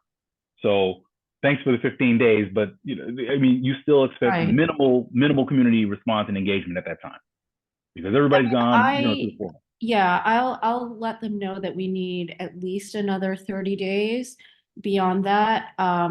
Right. But, or you know what? Or listen, I don't see, you know, and this is the other conversation, and we can talk about this and we'll see what the response is for the board. But listen, don't certify it until September. Right. You know, And just, you know, to emphasize that the councilwoman has said she doesn't want it to certify at all. Right. This is like the first time I've ever heard that from an elected official. Not only that they don't like it and they want to negotiate during the ULURP process, but that she doesn't even want this to enter the ULURP process. That is a very strong statement. And, you know, if I were that developer, I would be thinking about other options. And there may be other things to do, right? Like, it doesn't mean that this is the end. And by the way, the developer said that they wanted to come and present in April. So for any of you who want to, you know, be part of that conversation, come to the April ULURP meeting. And I do think that there are things that can be discussed this is not the end of the conversation. Just because, you know, the councilwoman says no to this application doesn't mean it's the end of the conversation. Just because we want to uphold the R6A zoning doesn't mean it has to be the end of the conversation. You know, as I said, there's like, there's programs out there for various forms of funding. There are still other things to be discussed. You know, there's other aspects of a land use application that can be discussed. So, you know. No, absolutely. Okay, no, thank you very much for that. We will definitely speak. There was another point I wanted to make, but it's just really slipping my mind. But absolutely, we'll continue that conversation. Thank you very much for that. Oh, any updates with regards to the City of Yes as well? So the City of Yes for Economic Opportunity was voted on by the City Planning Commission at the beginning of March.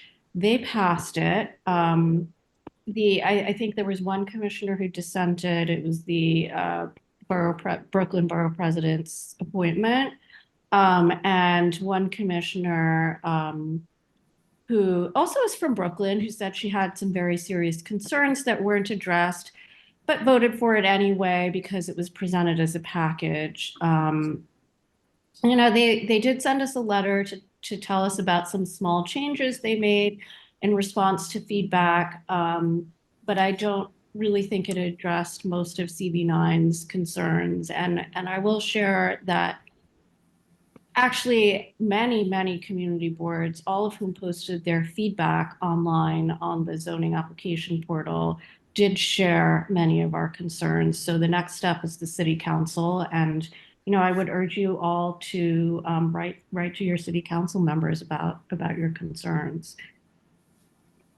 Okay, and it popped back in my head. There were some conversations about parking spaces, and I know that we were looking to perhaps get resources to actually do an inventory from the board. The one thing I would suggest is this is something that we're serious about doing. Quite frankly, I think it is a responsibility of DOT and some of these other agencies as well, because they have these numbers. Because I know that whenever they're saying they're taking away a certain amount, you know, putting a bus stop in, they calculate how many bus parking spots you're losing. So really and truly, I think they're able to provide an estimate of how many parking spots are in any given scenario in the district.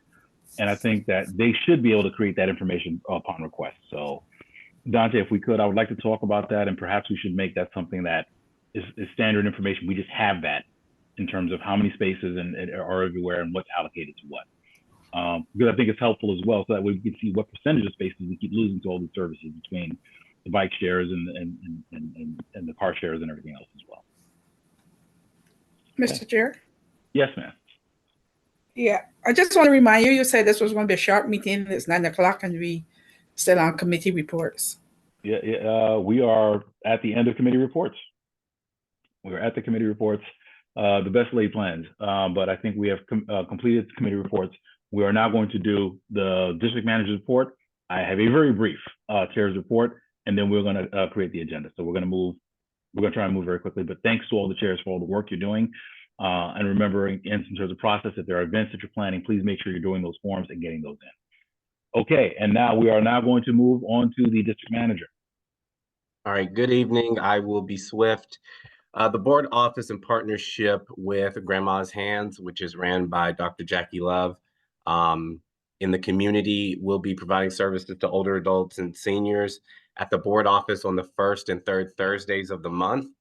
To schedule an appointment, they can call. I'll get the number, but we have the flyer. The flyer is also in the e-blast, and I'll be putting it up on the website for the public. So if you know of anyone who may need services with like Scree, Star, anything, any of those types of services, just reach out. But we'll continue to have that in the e-blast. Wanted to note that the Department of City Planning will be voting on the gaming facility text amendment tomorrow. If you plan to attend in person, that vote will take place at 120 Broadway in Manhattan in the DCP hearing room. It will also be, you can also participate online. Online credentials will be made available in advance 1 hour of the meeting on nyc.gov/engage. Again, if you plan to participate online, the website is nyc.gov/engage.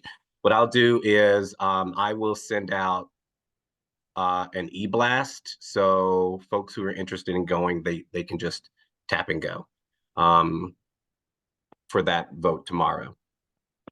Another public hearing notice, Department of Sanitation is proposing to amend its rule relating to commercial recycling and commercial organics in accordance to the Mayor's Small Business Forward Initiative. DSNY will hold this public hearing on Microsoft Teams at 9 a.m. on April 5th. And that was in the e-blast, and we'll continue to have those in the e-blast for the public. The Conflict of Interest Board is proposing to amend its rules concerning the definition of substantial policy discretion as it pertains to the charter. This public hearing will take place on April 17th, Wednesday, April 17th at 4 p.m. If you plan to participate in person, it will be at Specter Hall, which is 22 Reed Street in Lower Manhattan. The Department of Building is proposing to amend its rule regarding the tax abatements a property owner can receive for the installation of solar electric generation systems and electric storage equipment. DOB will hold this public hearing online April 22nd at 11 a.m. We will have that information in our e-blast as well. Wanted to note that there was sadly a fire that took place in the that occurred in the district on the 16th around 4 p.m. at 219 Sullivan Place. From the report, the initial report, there unfortunately were 2 fatalities that were reported at the scene. Any more information that comes up regarding that, I'll be sure to report out to the board. I wanted to remind everyone that the SUNY Downstate Community Survey is still live.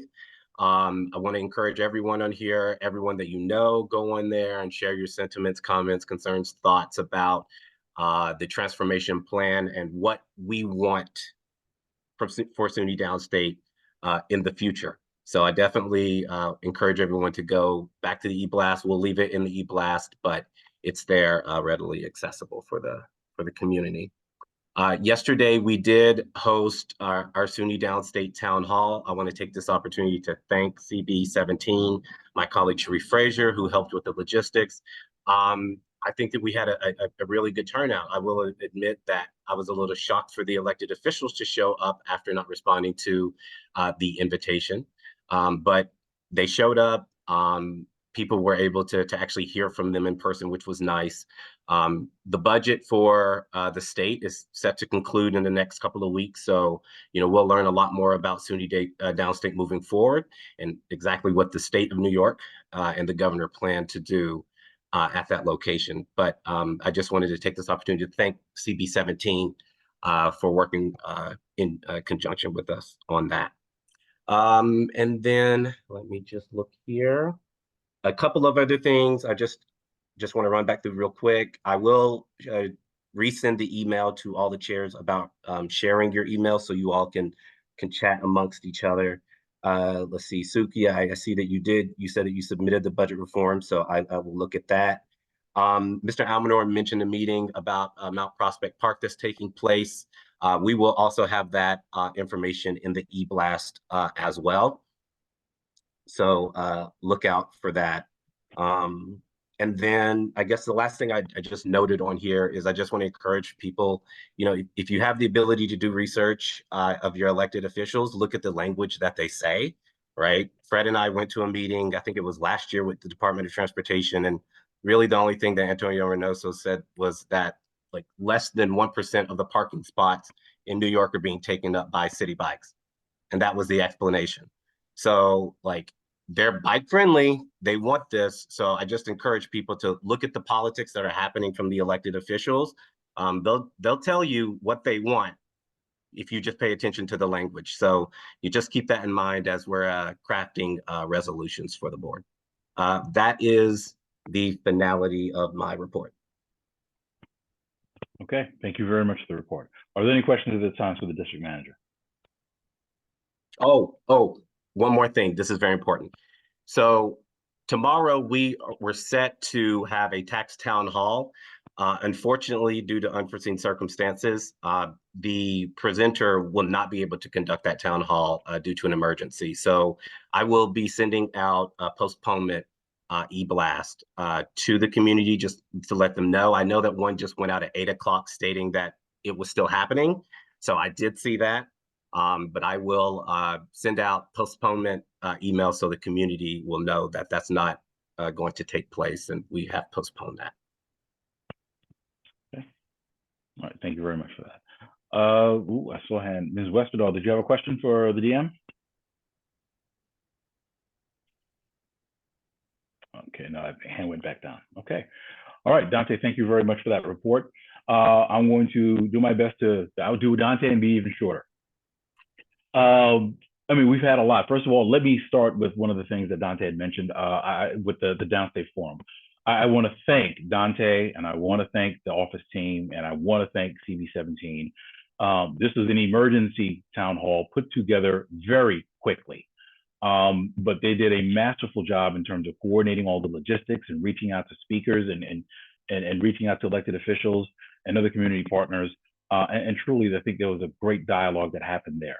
I think this has really showed the best of CV9 and what we're really capable of doing in terms of convening people to come to these important conversations. So I want to thank the district office team, the staff, and I want to thank those board members who came out. I think it was critical for them to see that, no, we are invested in this community, that community engagement is not something nice to do. It is what is required and demanded from the community boards and from the community. So I want to thank everyone for that. There was some good feedback that came out of that. There will be some decisions and there will be some conversations that are happening over the next couple of weeks with respect to the budget. But I anticipate that there'll be longer conversations with respect to downstate, but indeed healthcare in the district and in Brooklyn. And let's be frank about that, in Brooklyn as well. We're talking about a healthcare network that needs to be evaluated and needs to be supported. We are only 4 years out from the pandemic. And you know what? We needed every hospital bed we had. We needed every doctor, nurse, and first responder that was there. God bless all of them. And the thing is, we need to be thoughtful about any changes we make, and we really need to be thinking about strengthening the network so that way we can make sure all the healthcare needs are addressed. But again, thank you for that. Additionally, I think about a week or two ago, we went to the Kings County Hospital Legislative Breakfast, where they also talked about Kings County and some of the things going there. And we see that there needs to be investment in terms of healthcare in the district. So part of the plans for downstate has talked about shifting resources over to Kings County. And we go to Kings County, and Kings County is saying we're struggling. So there really needs to be a conversation, and we need to have people talking to each other in terms of what we need to do and the plan going forward for healthcare. The community fair, I wanted to remind everyone. So I think, we've started hearing the conversations, and I'm hearing the plans, and I see the excitement. So the district office team, we plan to be working together to finalize a lot of those details, to identify venue, necessary resources, and make the phone calls that we need to make sure that we're able to plan for this and let it be even more successful than it has been over the last 2 years. I'm excited about this. I think this is a great event that we've done. I'm looking forward to this being even bigger and better this year coming up as well. Do we have a date for it yet, or we're still planning a date? That's part of it as well, in terms of finalizing the date, also depending on what venue options we have as well. So there'll be some announcements about that. So I know Dante has been working on doing outreach for that. And I keep hearing June 1st, FYI. So I just put in a date, just that's what I'm hearing. Because I was like, I don't really know. I just put around the time we've been having it, so I'm sure that's not a big deal though. Yeah, so I mean, it's a helpful placeholder, but I don't want to, everyone to fall in love with the date, because depending on what's available and what things we're trying to do, it may or may not change. But definitely those conversations are going, so we'll be able to move forward with that. Mm-hmm. Okay, I made the quick PSA about the events. So remember all the chairs, as you're going forward, as you're planning events, please make sure you're utilizing those event forms, because it helps structure the conversations in terms of place, time, venue, resources, things you need, because that helps us in terms of identifying what things are easy to get, just check the box, or things we may need to have conversations about. Land use, we can see that there are going to be some very important conversations that are coming up. I ask everyone to please make sure checking emails, read emails. The dates in all these meetings are going out, so please make sure you are doing that. We need to make sure that in order for us to truly be able to make the decisions we need to make, we're informed. And the prerequisite of that is we have to read the emails and we have to look at the minutes and everything. That is going to help us make smart decisions, as well as move the meetings along when we do convene. Last piece I want to talk about very quickly is about board structure. The board structure is set up. We currently have 10 standing committees. That is a long-term thing. I know it at least goes back to 2008 when they approved the bylaws, and it probably predates that as well. With that being said, I think that we are starting to see that the work we are doing is changing in a lot of ways. So now we have OCM that's coming in. We have SLA applications, and we've seen steady growth in terms of those things being considered. And we see that there are other areas that are developing as well. So one of the things that we may need to start doing is considering, does the structure of the committees serve the board in terms of the work it needs to do? So there are questions like, should we be splitting off applications like OCM and SLA to a different committee? Should we be combining committees in different places? Are there committees that we need to be we should be adding to the board? But all those conversations also happening in the context of remembering we have a finite number of board members who are able to do these things.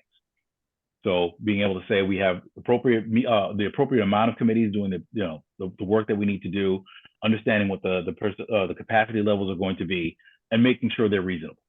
So those are conversations that I would like to start. I'm hoping we'll be able to do that, and perhaps even anticipate some changes by June in terms of if we're going to make any changes, we can vote on those by the June timeframe.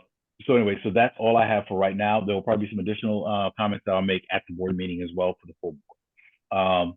But I thank everyone for their time, and I will take questions at this time. Very quick questions, because I know that we're a little bit pressed for time this evening. Ms. Westerdahl, I see you, and Second Vice Chair Leopold, I see you. And Chair Creary. Go ahead, Ms. Westerdahl. Hi, I came in a little late, so I didn't see if the safety committee reported, and I wanted to inquire about the SLA, the OMC changes, and also I didn't hear any mention about there's been quite a few shootings in our district recently that I didn't hear any mention of. So I wonder about that from a safety perspective. We haven't had any reports from the 71st in some time, so that I know about.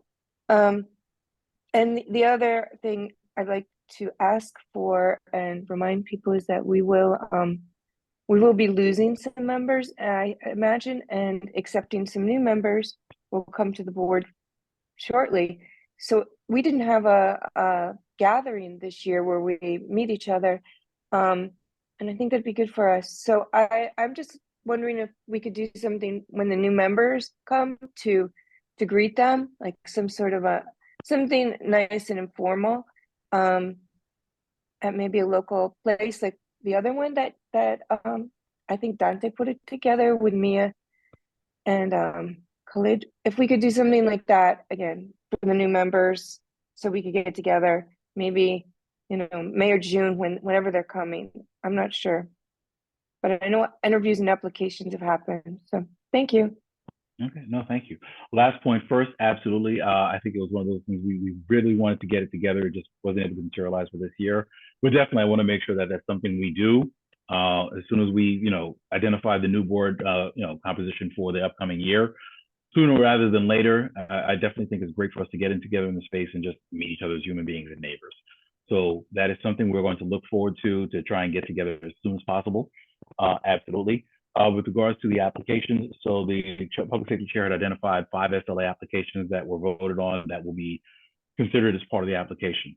It was also discussed in terms of with OCM and SLA, and Dante, please correct me, there are time limits, and I think this is an open question from last month.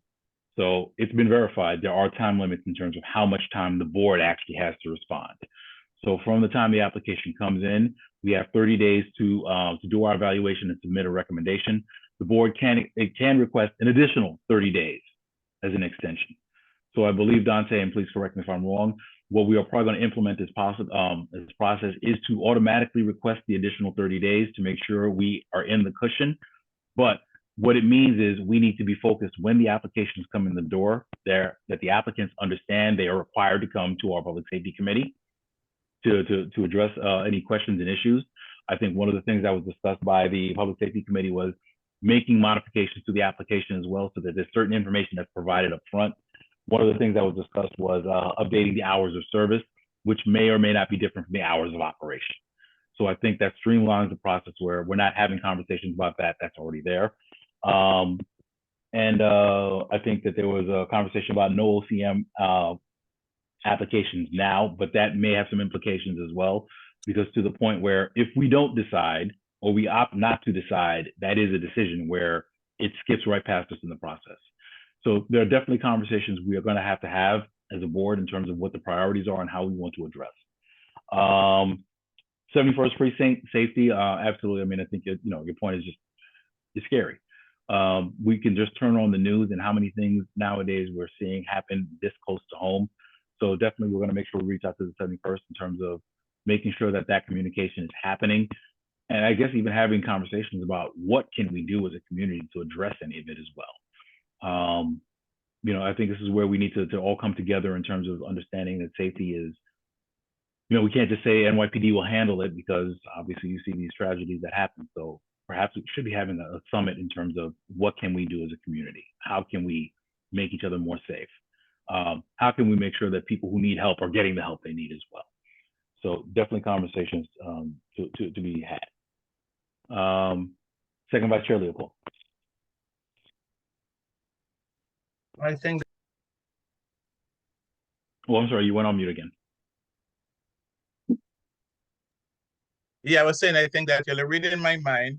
I think that, Mr. Chair, we need a veteran committee, because it's something that we have been, as we spoke about a while ago, to have a veteran committee. So it is something that we should really look into doing. And then it's ironic that Teresa spoke about the crime, because every monthly, when the precinct have the council meeting, they give a report as to everything that's happening in the neighborhood. And I think that it is something that we should look into, add them to give them a 5 minute or 3 minutes, add them to our agenda, so that they could come in front of the general membership. It just not just with the executive, but the membership at large, and give a report as well. That very same report that they give a report as to what's happening in the community. It is very important, because a lot happening, and we don't really know as to, sometimes, as you say, we just watch it on the news. But I just want to say one thing before I run. It's that I just want to say thank you to you, thanks to Dante and the team, and the work that they're doing, the excellent work that they're doing at the board's office, just the three of them. And I just applaud them, with everything that they're doing now. So I really, really want to thank you, Dante, for the work. You stay on top of things. You call, the emails go out like this, and you just stay on top of things. You're just doing your thing. So I just want to say thank you, and thank you, Mr. Chair. And when I sit down and I look at the growth of the board, where the board was, and where the board is now, at the level the board is at now, and the growth of the board is not because of Dante and just you and the executive. It's because of the chairs that you have chosen, you have put in place, and the work that the chairs of the community they are doing. So I just say thank you so much to all the committees represented here, the chairs of all the committees, and the work that you're doing. I sit and I listen to the reports, and I just see, the interest, and that's what we're looking for the growth of the community. So I just say thank you so much to each one of you, each committee member here represented here, and the work that you're doing, because the board has really grown, and there is more space. The sky is the limit. And if we just stay together, put our heads together, and leave the naysayers on the side and do the work that we have to do, we will go places. I just wanted to say that. Thank you so much. Thank you very much, Madam Second Vice Chair. Okay. All right. I had seen. Okay. I think she might have left. Okay. All right. And I think it's important, just to that point, I think it's important that we coming back, we should engage the 71st Precinct. I understand they have the 71st Precinct Council, but that is a different entity from CB9. So we should make sure that they are more consistent. If it's not a full report that's given at the board, the general board, it is something that should be communicated with the Public Safety Committee in terms of they get 3 to 5 minutes and they address what's going on. But we need to make sure that those communications are seamless. But thank you for all those comments and the questions as well. And I'm excited about this board. Okay, we are now going to move on to the next section of the agenda. We're going to set the agenda for the month. Okay, all right, so we are going to have for the public session, it's going to be the call to order, rules of conduct,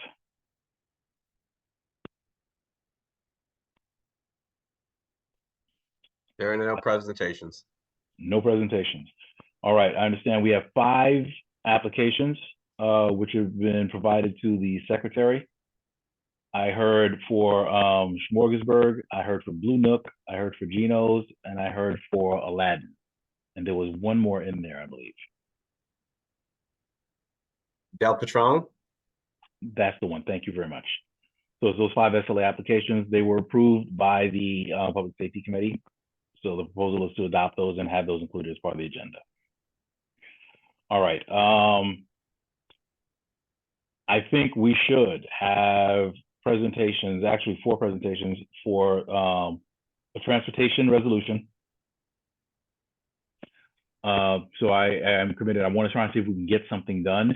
If it's not, we're not able to do that, understanding we'll make the amend, or we'll amend the agenda as possible. But if we can get this in, I would like to definitely try. And then also the next one would be the housing resolution as well. So during the public session, we'll have very brief presentations on that. If I could ask the chairs for those committees, brief presentations. We'll take limited questions, but then we'll consider that as part of the public, I'm sorry, the business session. Is there anything else that, I'm sorry, hold on. That resolution, Cleanup Earth Day, we'll just vote on the resolution we have for transportation. Okay, I think that's all I have for that. Okay, and then after that, we will do public commentary. And after that, we will have acknowledgements, which will bring us to the business session, which will be roll call. It'll be approval of minutes.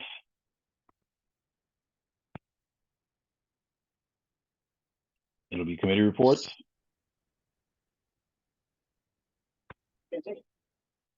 It will be after that, sorry, district manager's report.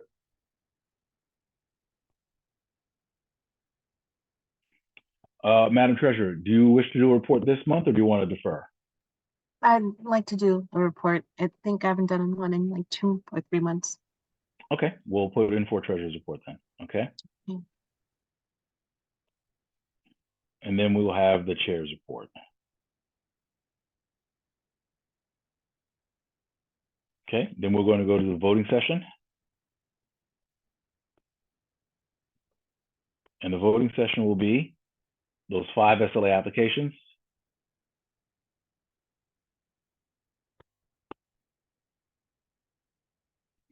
We should also include the change to the application.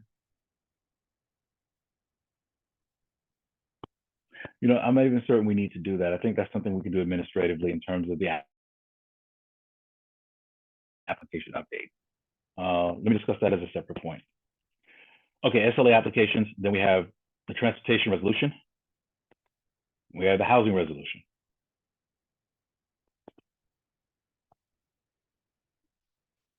After that, Dante, did we have any items we didn't vote on last month? I will confirm. Give me a second. Okay, I'm going to put a general bullet for unfinished business.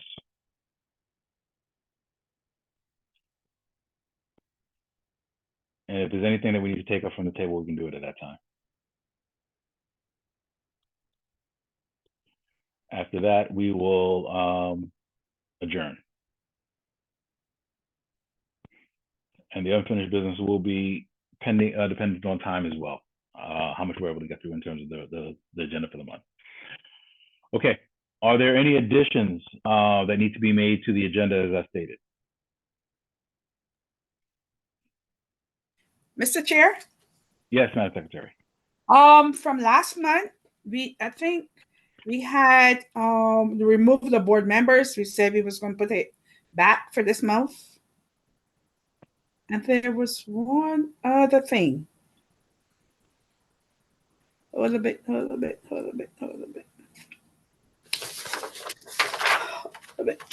I wrote it today to remind you. Mr. Chair, while the secretary is checking, have those board members been notified? Have you had conversation with them? And they're aware of what's happening? Right. Dante, do you have any updates in terms of the Yeah, I outreach? sent them email after email to no response. Yes. No response. Okay. All right. Dante, And I also called them. Okay.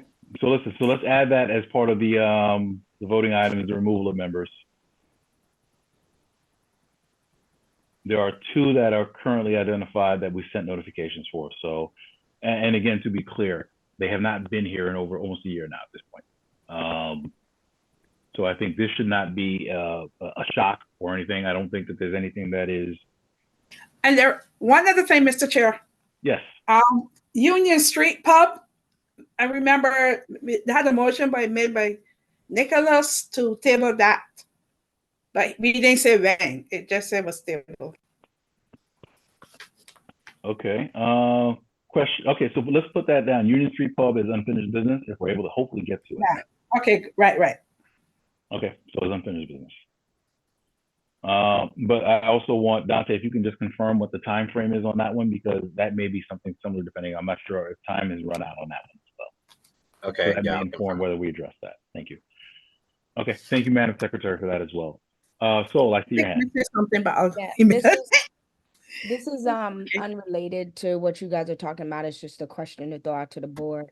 One of the things I think, would be good. I know we have a Facebook. Do we have Instagram and other social media outlets? Like one of the things that is though I'm into, you guys know I'm a filmmaker and things like that.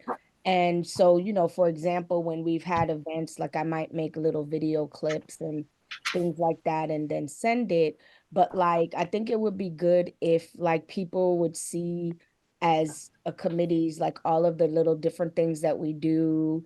And, this is already public, people are seeing it, but I could help to create like little small highlight videos of like stuff that we do on the board. Not necessarily like meetings are kind of boring, but like events, what can we do?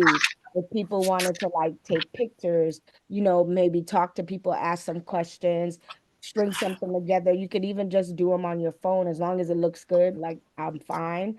And then I could string something together that we could start posting more and having more things on social media to give us more of a stronger social media presence. I would be open to helping you guys all do that. And I'm gonna start doing that more. Like I do videos and stuff, but I realize most of the time I just like send it to the assemblywoman or the city council person. I put stuff together, but I do feel like, on all of our platforms, we should be putting it out there, for everyone. And then just have someone say behind it, I give permission for my video, because it'd be a lot to try to get documents of everyone, but you could just say, I give permission for myself to be shown, and that's enough as long as they're over 18. So just something to put out there, for people to start to see more of what we're doing. As Francis was saying, we are doing great work. Okay. Quick answer, and Dante, you know what? Actually, let me stop trying to answer with Dante. Dante, please give her the answers in terms of our social media presence. Yeah, that's great. I love that. Definitely would love to do more on social media.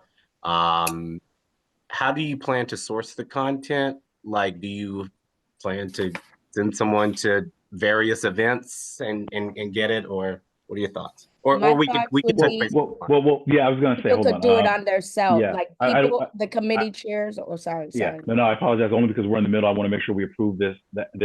But I think if you and Dante can definitely talk offline, he can tell you what we have and you can definitely discuss, but I think it's a fantastic that's idea in easy, terms of that. Yeah, well, I wanted to put it out here because my thoughts is more that the chairs or people they designate could do it on their phones.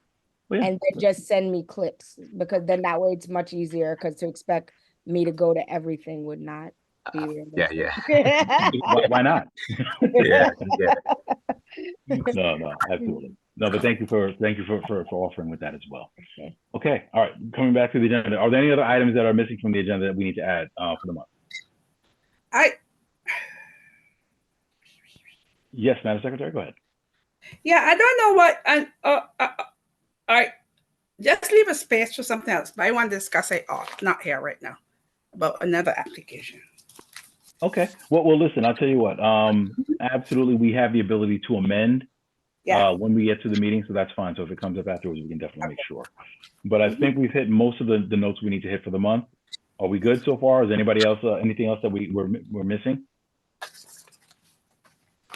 Okay. Hearing none, Madam Secretary, can you just please call the roll for the executive officers? Yes, I can. Fred Baptiste. Present. Primo Lozano was present, but he had to leave. Francisco Leopold. Present. Linda Watson, Lord, I'm here. Mina Legute. Here. Nicholas Almanar. Present. Dexter Roberts. Present. Good. I wanted to say thanks for everybody. This is one the first time the whole committee was here at the beginning before we started. Thank you. Phenomenal. Thank you very much. Okay. All right. So I heard 6 members present. We have a quorum. All right. So at this time, I will entertain a motion to adopt the agenda as stated. So move, sir. I have a move by the Madam Secretary. Do I have a second? Second. Seconded by Dexter Roberts. Okay, it's been moved and seconded. Okay, it's been moved and seconded. Is there any unreadiness is there any objection to common consent to adopt the agenda? No objection. Okay, hearing no objections, the agenda is adopted by the executive committee by common consent. The district office team will publish along with any other materials. I would just ask if all the chairs, if you haven't submitted your agenda, your minutes yet, please make sure you do so they can go out for the Friday blast. So that way all the members can have them. Okay, so I believe we have completed our agenda for this evening. I want to thank everyone again for the hard work. We are now in March. We are actually in the last legs. So we are almost done with this year. Still a lot of work to do, still a lot of open issues to do, but I'm very proud of the work that these committees are doing and the fantastic things and ideas that are coming and initiatives that are coming out. Let's keep it up. Let's finish up strong. And please always feel free to reach out to me if you have any questions or suggestions on how we improve our board. With that, everyone, thank you. I wish everyone a good night. Everyone stay safe. And as we've completed our agenda, we now stand adjourned. Madam Secretary, please record at 9:26. Got you. Thank you. Everyone, good night, and thanks everyone. Everybody. Good night, everyone. Good night. Bye.